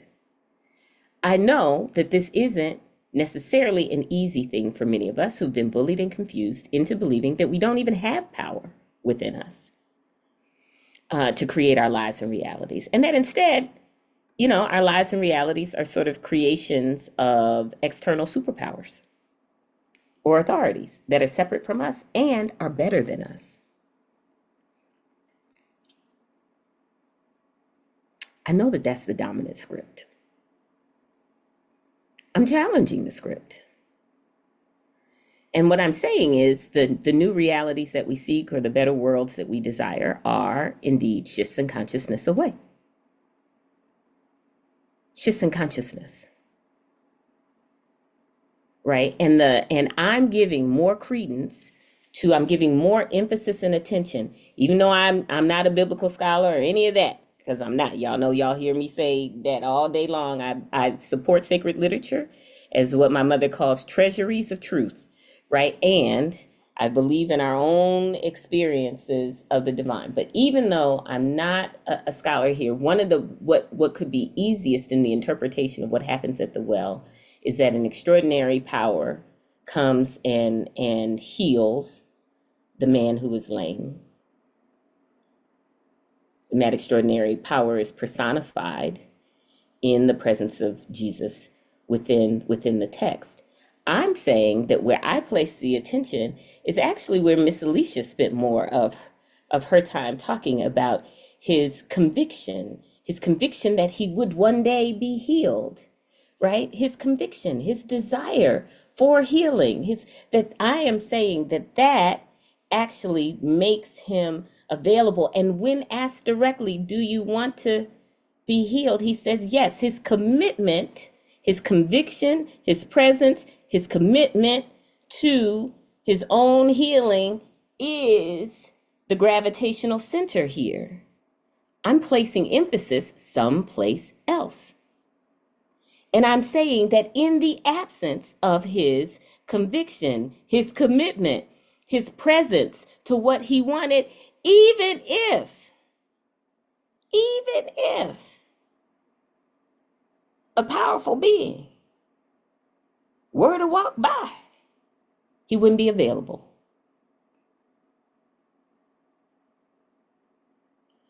So I know that the easier interpretation is to believe in the external power and ability that is greater than us. And at the beginning of the year, I would like us to shift and to see the awesome generative and creative force, power that is us. And to center that in our lives and in our consciousness and in our creating, because we are always and ever creating. Okay, Taya and Wild Song and Disciple of Love. Oracle of Wisdom, thank you so much for this. A place that I would so love to receive your oracular wisdom on, additionally, in this framework, is how we, like, when we see ourselves in the creation of a less than desired reality, like how we make that shift. Like, I'm watching myself. Last night I was full on face plant, and this morning I'm doing my best to just kiss the ground with it. Like how to like when I'm in that seat of conscious creation, there's often ease. And when I slip into old patterning that has me in less conscious creation, sometimes getting out of that swirl asks for a particular combination of things. And I'm wondering how you experience that process. Thank you, dear sister. With all of the complexity and nuance, I don't have a magic bullet, but here's what I know. If I were to be reductive for a moment, and what I am going to be working with even greater precision and commitment this year. What I know, I said a whole bunch of things create our reality. Our thoughts, our expectations, blah, blah, blah, blah, blah. But let me reduce that down to like just a handful of things that I can engage. Awareness, my awareness shapes what I experience as real.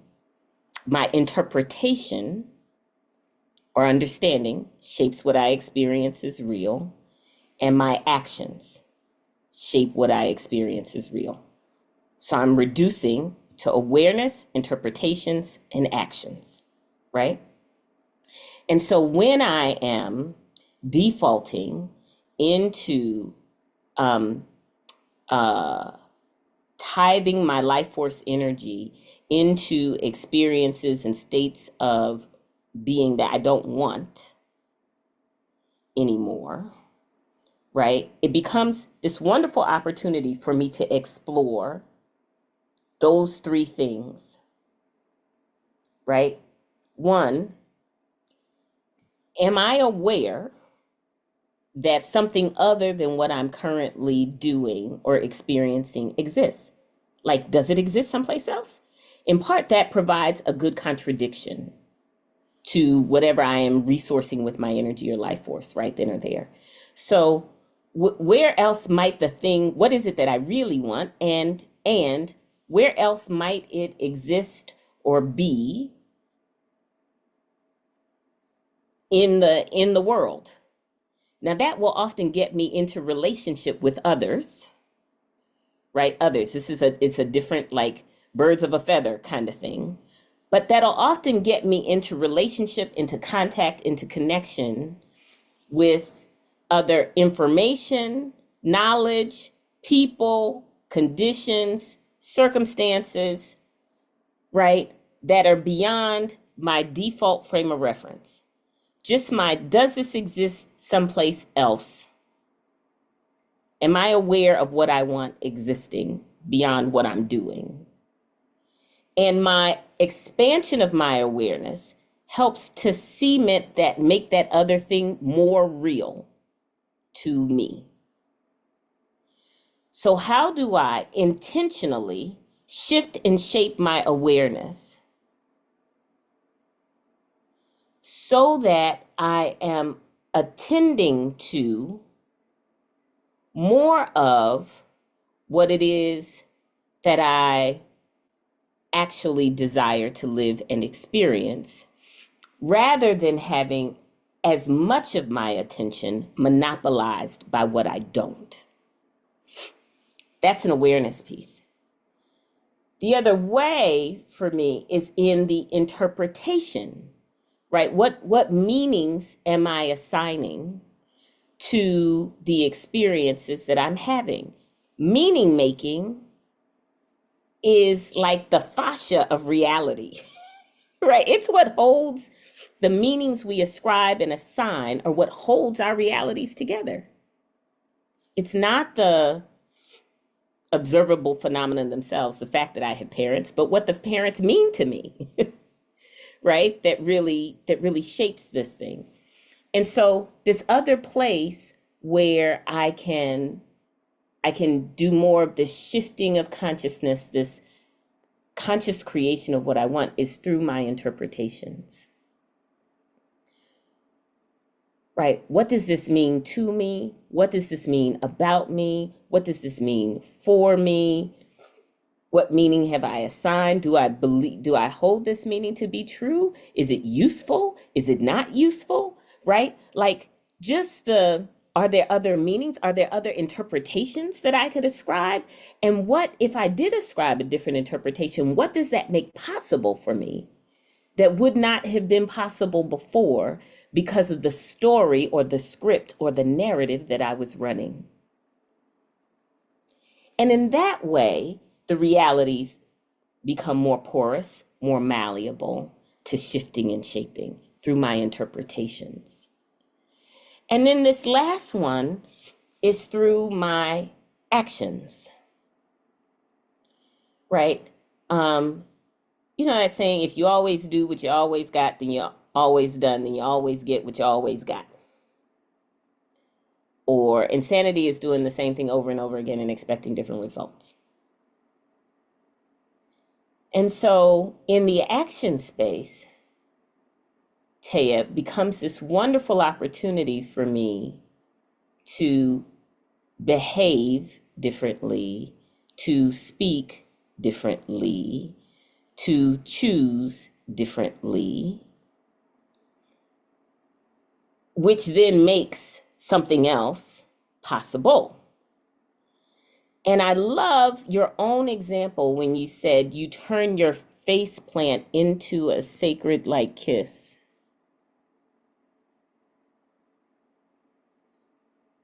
The posture is the same. The meaning is not. And then what becomes possible through the meaning, the actions that are derivative of the meaning, from the meaning,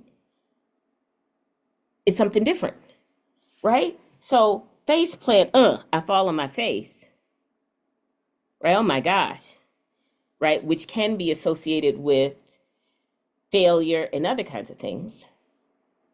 Sacred kiss of the ground.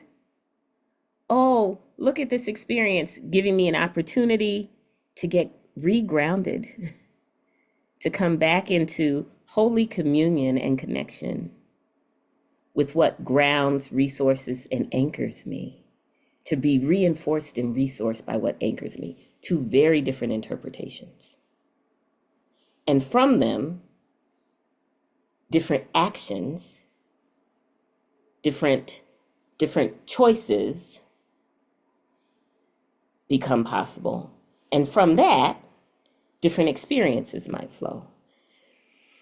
Right? So I'm saying a lot, but I hope it gets down to the essence that the malleability, the porousness in our realities come through our awareness, come through our interpretations or the meanings that we assign, and come through the actions that then flow from the meanings, because those actions aren't independent from the meanings that we ascribe. So these are the principal tools that we are using to, that we are energizing and resourcing with our soul's power, and that we're using to co-create reality as we know it, or create reality as we know it. All this stuff is stuff you know, Taya. So I know I'm not a wild song. So I know I'm not saying anything new. The opportunity here is to be intentional about this, to intentionally ask, what am I aware of? What am I occluding? Right? What more is there? To intentionally pay attention to the interpretations that I'm assigning, right? And to see whether or not there's any flexibility or elasticity in those interpretations.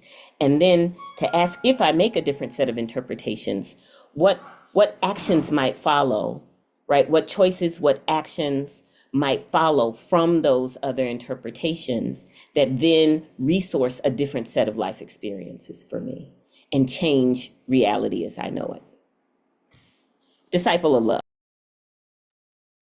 Oh man, thank you all so much. This is amazing, and like always, just right on time. So thank you for the reminder, the reframe, and the reorientation for this year. And I just wanted to share that I also got a reframe on reality last week that just feels like really in alignment with this.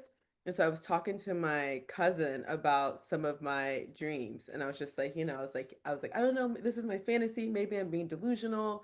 I just want to write this book and be on the beach in Brazil. Like I'm just saying this stuff, and it feels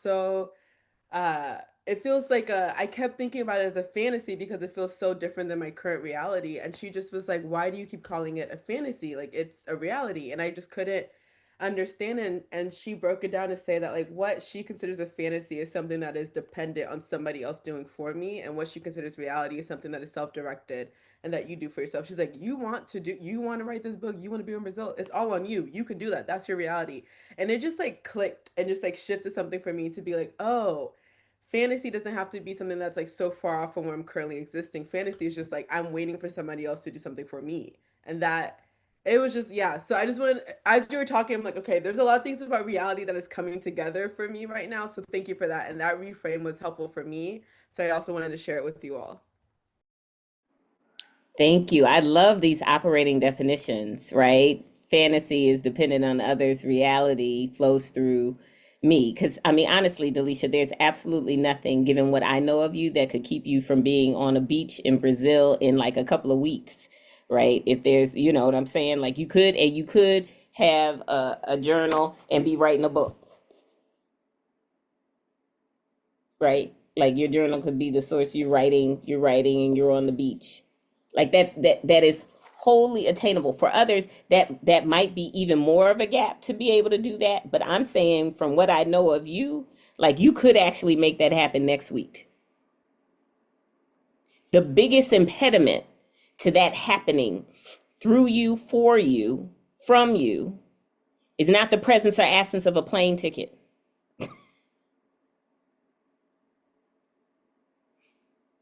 Right? Is not the presence or absence of a journal. Right? It's your belief.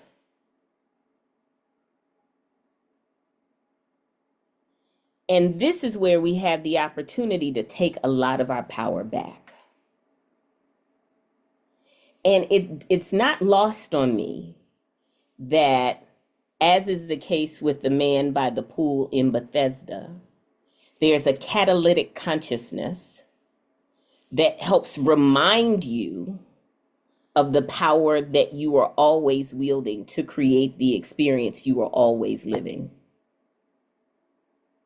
In your instance, it's the cousin. In the pool in Bethesda, it's Jesus. But if I strip the personalities, the personages away, what I'm talking about are encounters with consciousness that remind you of how powerful you are, and that your own agency, your belief, your faith, your actions are integral to your life experience. D. Thank you for all of that. My question is, how do we renew our minds in order to root in and reclaim our soul's power? Because I think the difficulty I face is, right, hearing a message like this and getting to a good mindset, but then like keeping that going throughout the weeks and months that follow and making that a lifestyle. Yeah. Ooh, D. Yes. In part, one of the most effective ways that I know to keep our remembrances of who and what we are alive and to act on those is through community, right? Community is key because it reinforces, like we use relationship, we are a herd species, and we live in love in relationship. And so can we use relationship to help reinforce for us what we are intending to create, be, have, and experience? And that brings us into like it gets us into a thicker sense of ourselves. That's what community does. Community is a proxy for the thickness of being that is us, that is, period, and that is us. And so being in community is positive, is reinforcement for this.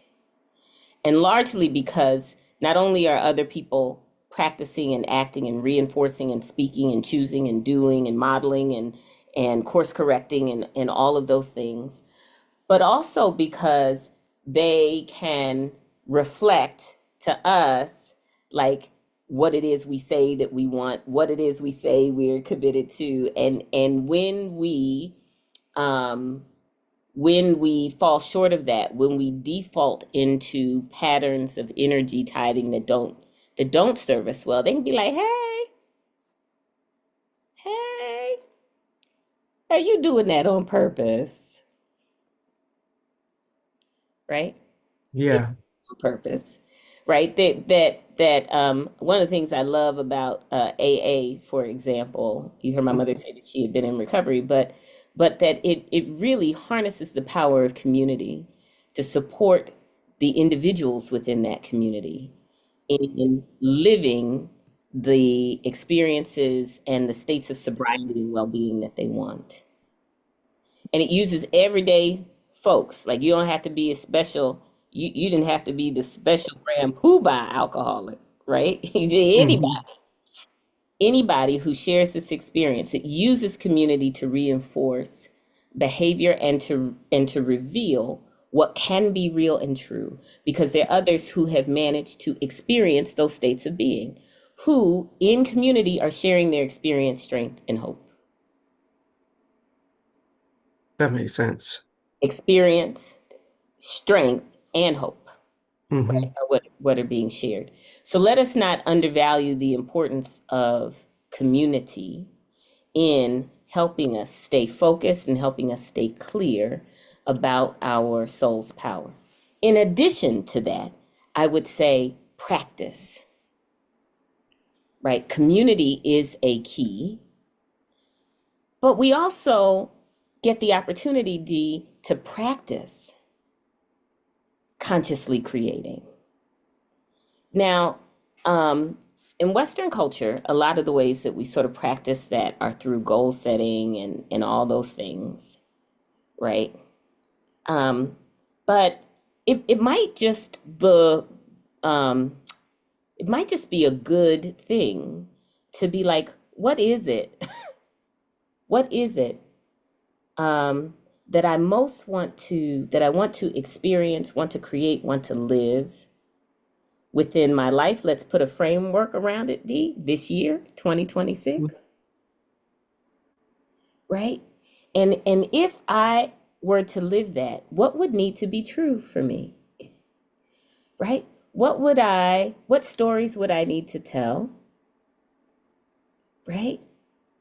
What choices might I need to make? Who might I need to engage? Right? All of this gives us an opportunity to practice consciously creating. Where might I start?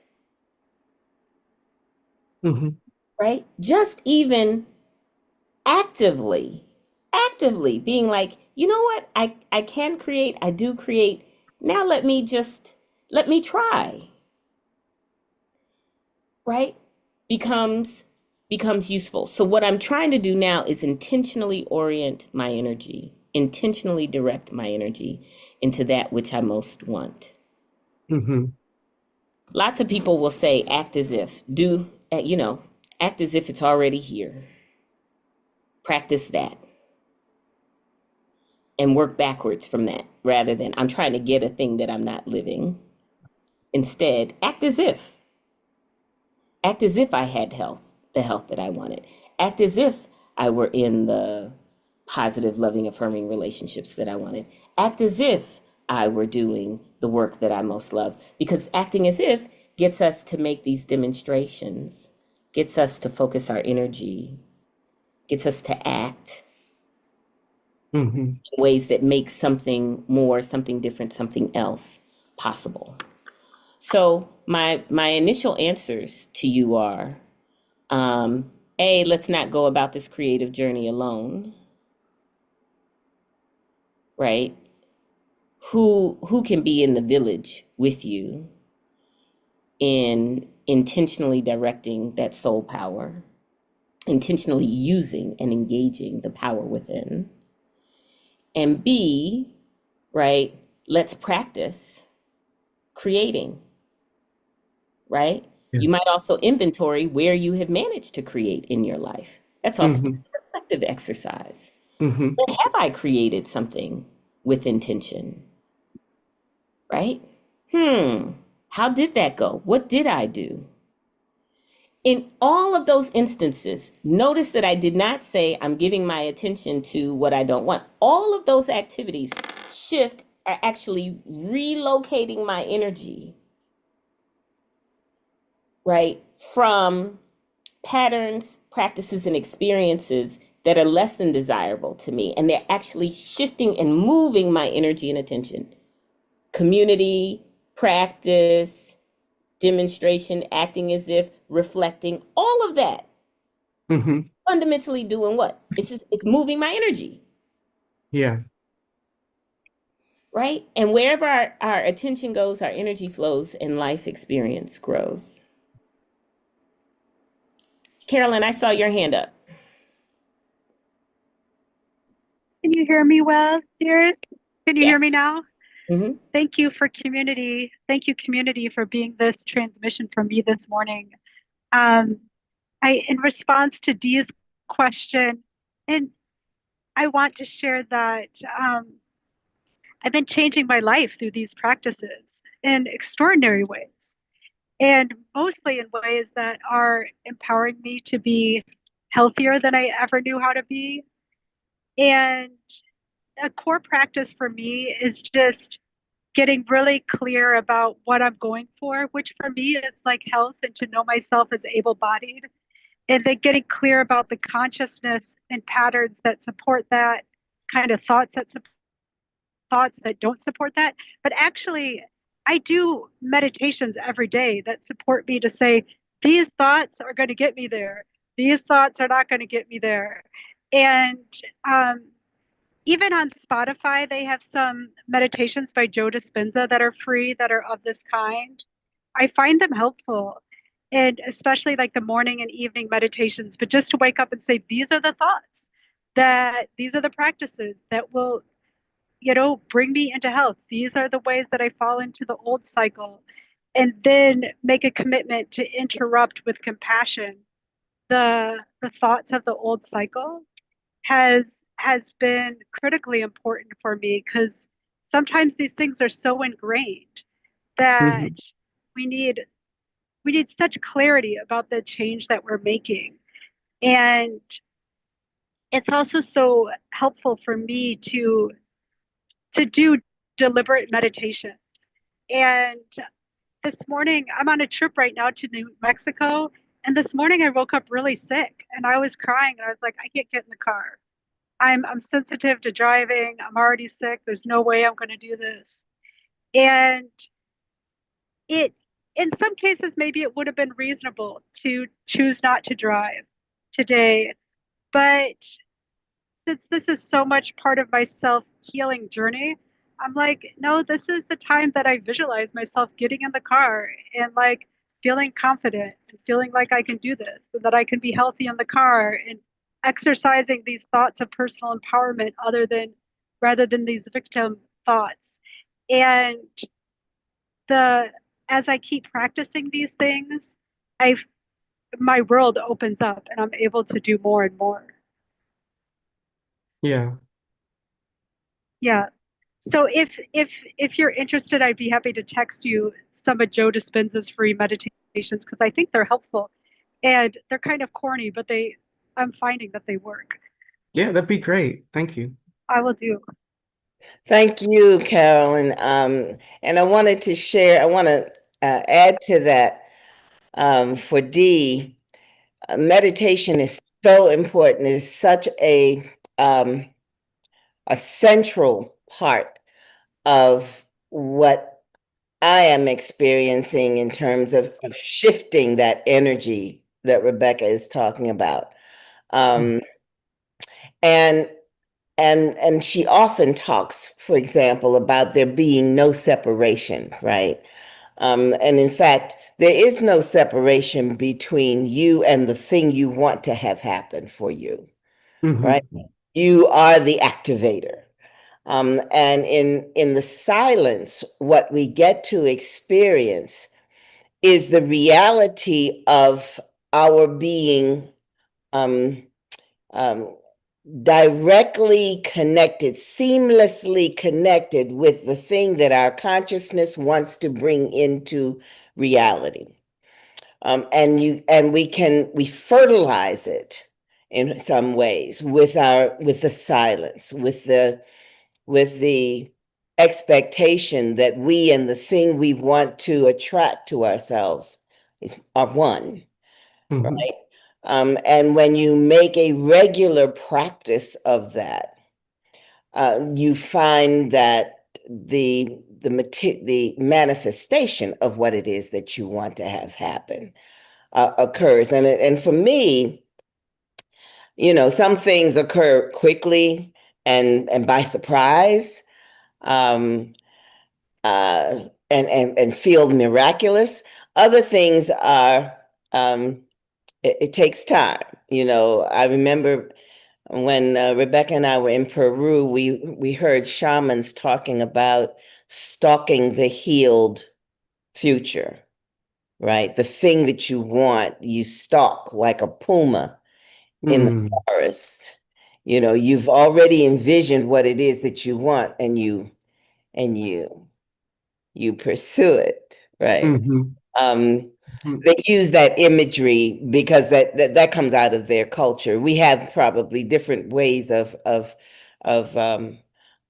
pursuing that, but I did want to add to Carolyn's encouragement about the value of meditation and regularly meditating, and if possible, daily meditation. Because that lifts you, that holds you. Thank you. Thank you. Thank you, Mama. Thank you, Carolyn. Meditation as a practice, as a good daily practice, is an opportunity to pause, take a pause from doing, right? And to tap into the dimensions of being. Just that pause can create an opening for your consciousness to sense, see, or shift in a way that is harder for it to do when it's already plugged in and committed to action, right? So we are using meditation as a way of entering into liminal creative space where anything is possible, and where the scripts I'm already running don't have to be, I don't have to act on, because I'm in a pause for a moment, right? That holy pause is generative, and it is revelatory. We can see things that we are often too busy to be able to see. Engage dimensions of ourselves that want our attention, but that can't break through the clutter of our existing choices and behaviors, right? Meditation is really powerful. And to Carolyn's point, affirmation is also powerful. And I think she put in the link what she was talking about, like what thoughts and things are necessary, what messages might help. And you can create these messages, Dee, and everyone on this call, When I enter into meditation, I enter with the beginning affirmation that says, in the infinity of my being, I am whole, worthy, and well. In the infinity of my being, I am whole, worthy, and well. And when I find myself feeling not whole, not worthy, not well, because I've already cast from my meditation that I'm whole, worthy, and well, I notice sooner and more clearly when I am feeling something other than whole, worthy, and well. And that gives me an opportunity to notice and to consciously engage and choose. Right? In the infinity of my being, I'm whole, worthy, and well. There's nothing to get. There's only that which I choose to create and agree to experience. Woo! Right? I'm owning that agency and responsibility for my life. And I say that to get me started in my meditation. Now, you do what you do. Right? But this is the way that I am in my meditation, recentering my soul's sovereignty as the gravitational center of my life. Right? And it becomes a practice, both a message and a practice that helps me. We do need help, Dee, because so many of us have survival-based identities. And when I talk about the power of the soul to create reality as we know it and live it, I'm inviting us into a different kind of identity. I'm talking about allowing the survival-based identity to expire so that the soulful identity, the soul identity, is what lives and leads. Mm-hmm. Yeah. Right? And the survival-based identity is conditioned and reflexive. So it's so easy just to default back into it. But the more we practice the soul-based identity, like am I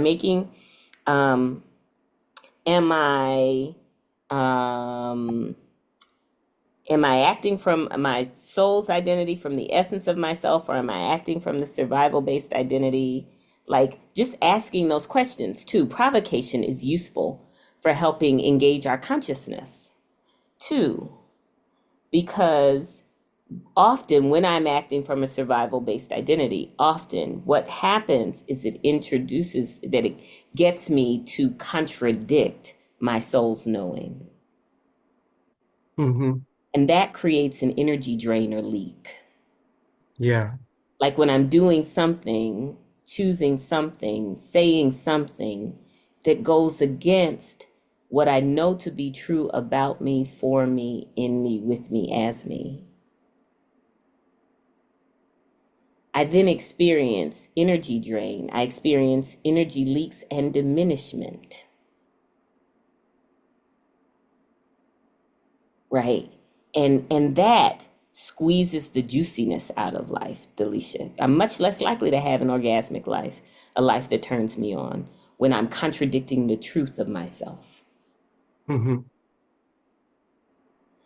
And so I can use that as a filter and as a frame for assessing my own choices and behaviors, right? Am I operating within a survival pattern that does not necessarily align with what I believe to be true about the essence of me?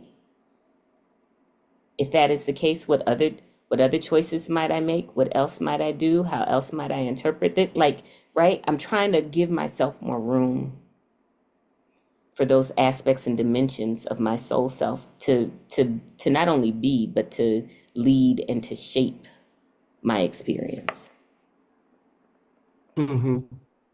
And this year, by making our soul's power be foundational to the experience of this year, our engagement of our soul's power, I'm inviting us to exchange those survival-based identities, which I'm so grateful for, helped us survive. Hello? Right? They helped us. Thank you. Thank you, thank you, thank you for helping us survive and get to this point. Now let's pass the baton. With gratitude and love and appreciation, you brought us this far. right? How much further might we go with our soul identities as a gravitational center, our soul's power, rather than our perceptions of powerlessness? It's our center. And the only way to do this, there's no magic bullet, is we keep practicing. We practice in community, we reflect, right? We hold space for being, which is what we call meditation, and not just doing. And over time, it requires less effort, right? Because we are not setting a new pattern or a different pattern. At that point, we are operating within another flow. Right now, we are interrupting, disrupting, contradicting ways of being that we are outgrowing. So it feels like it's a lot of effort that it takes. But the more we do it, the less like efforting it feels. Like my mama will go sit and meditate for 90 minutes, where somebody else, 5 minutes is like, woo, well, I'm done. This is too much, right? I got my But once the practice becomes strong, right? Whatever we practice with consistency, we master, right? And then we begin to touch the effortlessness, because this is how we are. It's not what we are doing. It becomes how we are. Anywho, you all, this has been a good Sunday. Miss Rebecca, as you were talking about meditation, oftentimes I be wondering, like, because when I be trying to meditate, I make my room dark.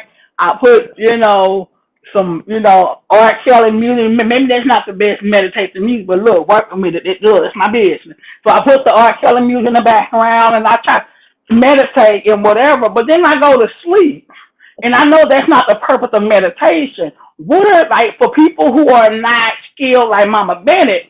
What maybe one or two tips that you would give people who are not used to meditating, that tend to go to sleep, to stay woke and meditate? Like, what is the real purpose of meditation? Oftentimes people say you just silent and you just trying to clutter your mind. But then when I'm silent, I'm sleeping. Yeah. This is beautiful, you all, and I'm gonna have to leave in 7 minutes so I can go do something else. Let me say this. Miss Alicia, my mother would tell you that your sleeping is wholly appropriate. That's right. Right? Is wholly appropriate, that what your body needs, what your consciousness needs, might in fact be a state of rest and relaxation that meditation becomes an invitation to. And that is a common state or experience, particularly as we are beginners, when we start to quiet the mind, and we're not moving as much. We have more stillness and silence. Our bodies associate that with rest. And that if we keep doing it, what we'll find is that over time, our propensity to slip into a sleep state will lessen, though we will enter into deeper states of relaxation and connection. The purpose of meditation, I think there are lots of people who might have lots of different answers, but my primary purpose is to use meditation to attune to my being, right? To attune to the essence of me, to my core, to the center of myself, to source, to all of that, to liberate my attention from the monopoly of doing, and to attend to my being. Now, there are different ways to meditate. So for my mother, and often for me, sitting in the silence is a way that I do that. I work with a spiritual teacher who does not do, she does that kind of meditation, but she says that kind of meditation is still, that what you ultimately want is to maintain an awareness of your energy and of your divinity in all states of activity.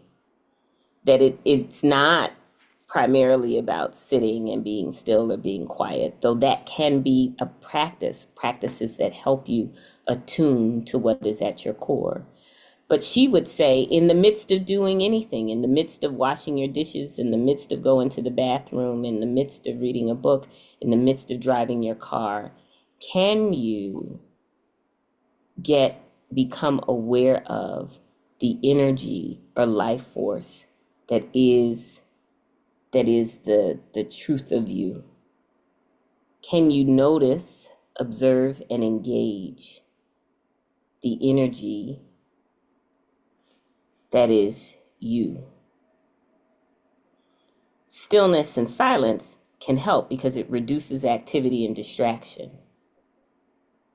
But her point is the essence, the energetic signature and essence of you is always with you, and is you in every state of activity and engagement.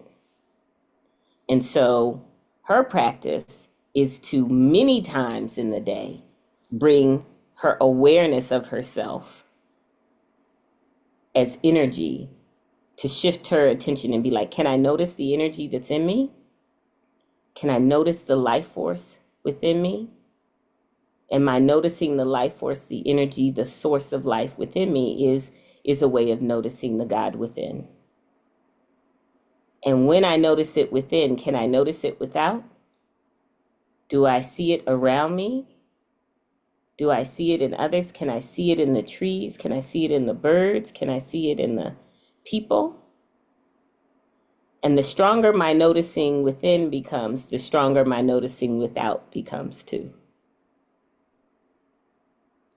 So there are lots of different ways to come at meditative practice, Miss Alicia. But one of the things that I will be sure that we do this year as a community is to have a regular meditation, group meditation. Because the opportunity to practice together, I think, will facilitate deeper experiences. So you all hold me to it, because it's our 10th anniversary. So we're going to be doing some things differently this year, including engaging in shared practice.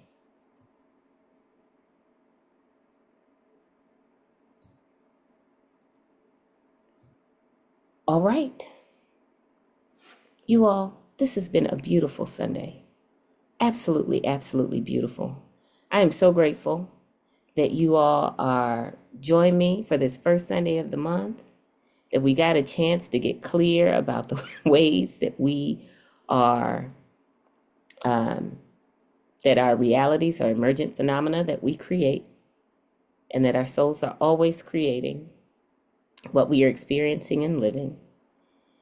And that we end on a note with an opportunity for shared practice around continuing to touch into our soul's power and the energy that is the life force energies that we are. May is our 10th anniversary. So this year, you heard me say, we're going to do some practice together, not just our convening on Sundays. And we can do some shared practice around meditation. But we might also think, Dee, about how we might have shared practice around co-creating the realities that we most want to live, right? So I don't have an answer to that. I'm saying we might consider that as a community, how we lean even more into that. I'm open. So Carolyn put the thing in the chat for affirmations, messaging, Joe Dispenza. It's a resource there for us to use.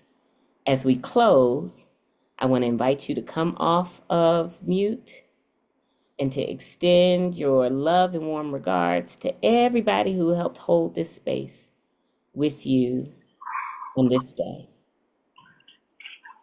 Well, Happy New Year's, everybody. Love y'all. Happy Sunday. Merry Christmas. Happy Hanukkah. Kwanzaa. Holidays. Take care, everybody. Thank you, Alicia. Nice seeing everyone. Everybody, goodbye. All right. Bye-bye. Happy New Miss Rebecca, I do have a quick question. Thank you. Who is responsible for the signal group? I had sent a request to join the Spiritual Rising signal group, so I wasn't sure who was responsible admin for that. I will Adante. check it. Miss Alicia, I didn't get a notification, so I apologize for that, but let me check it now, and I will add you. Perfect. Thank you. No problem. Goodbye, everyone. Love y'all. All right, everybody. Adante, I'll see you later. Bye. Beautiful. Happy Sunday.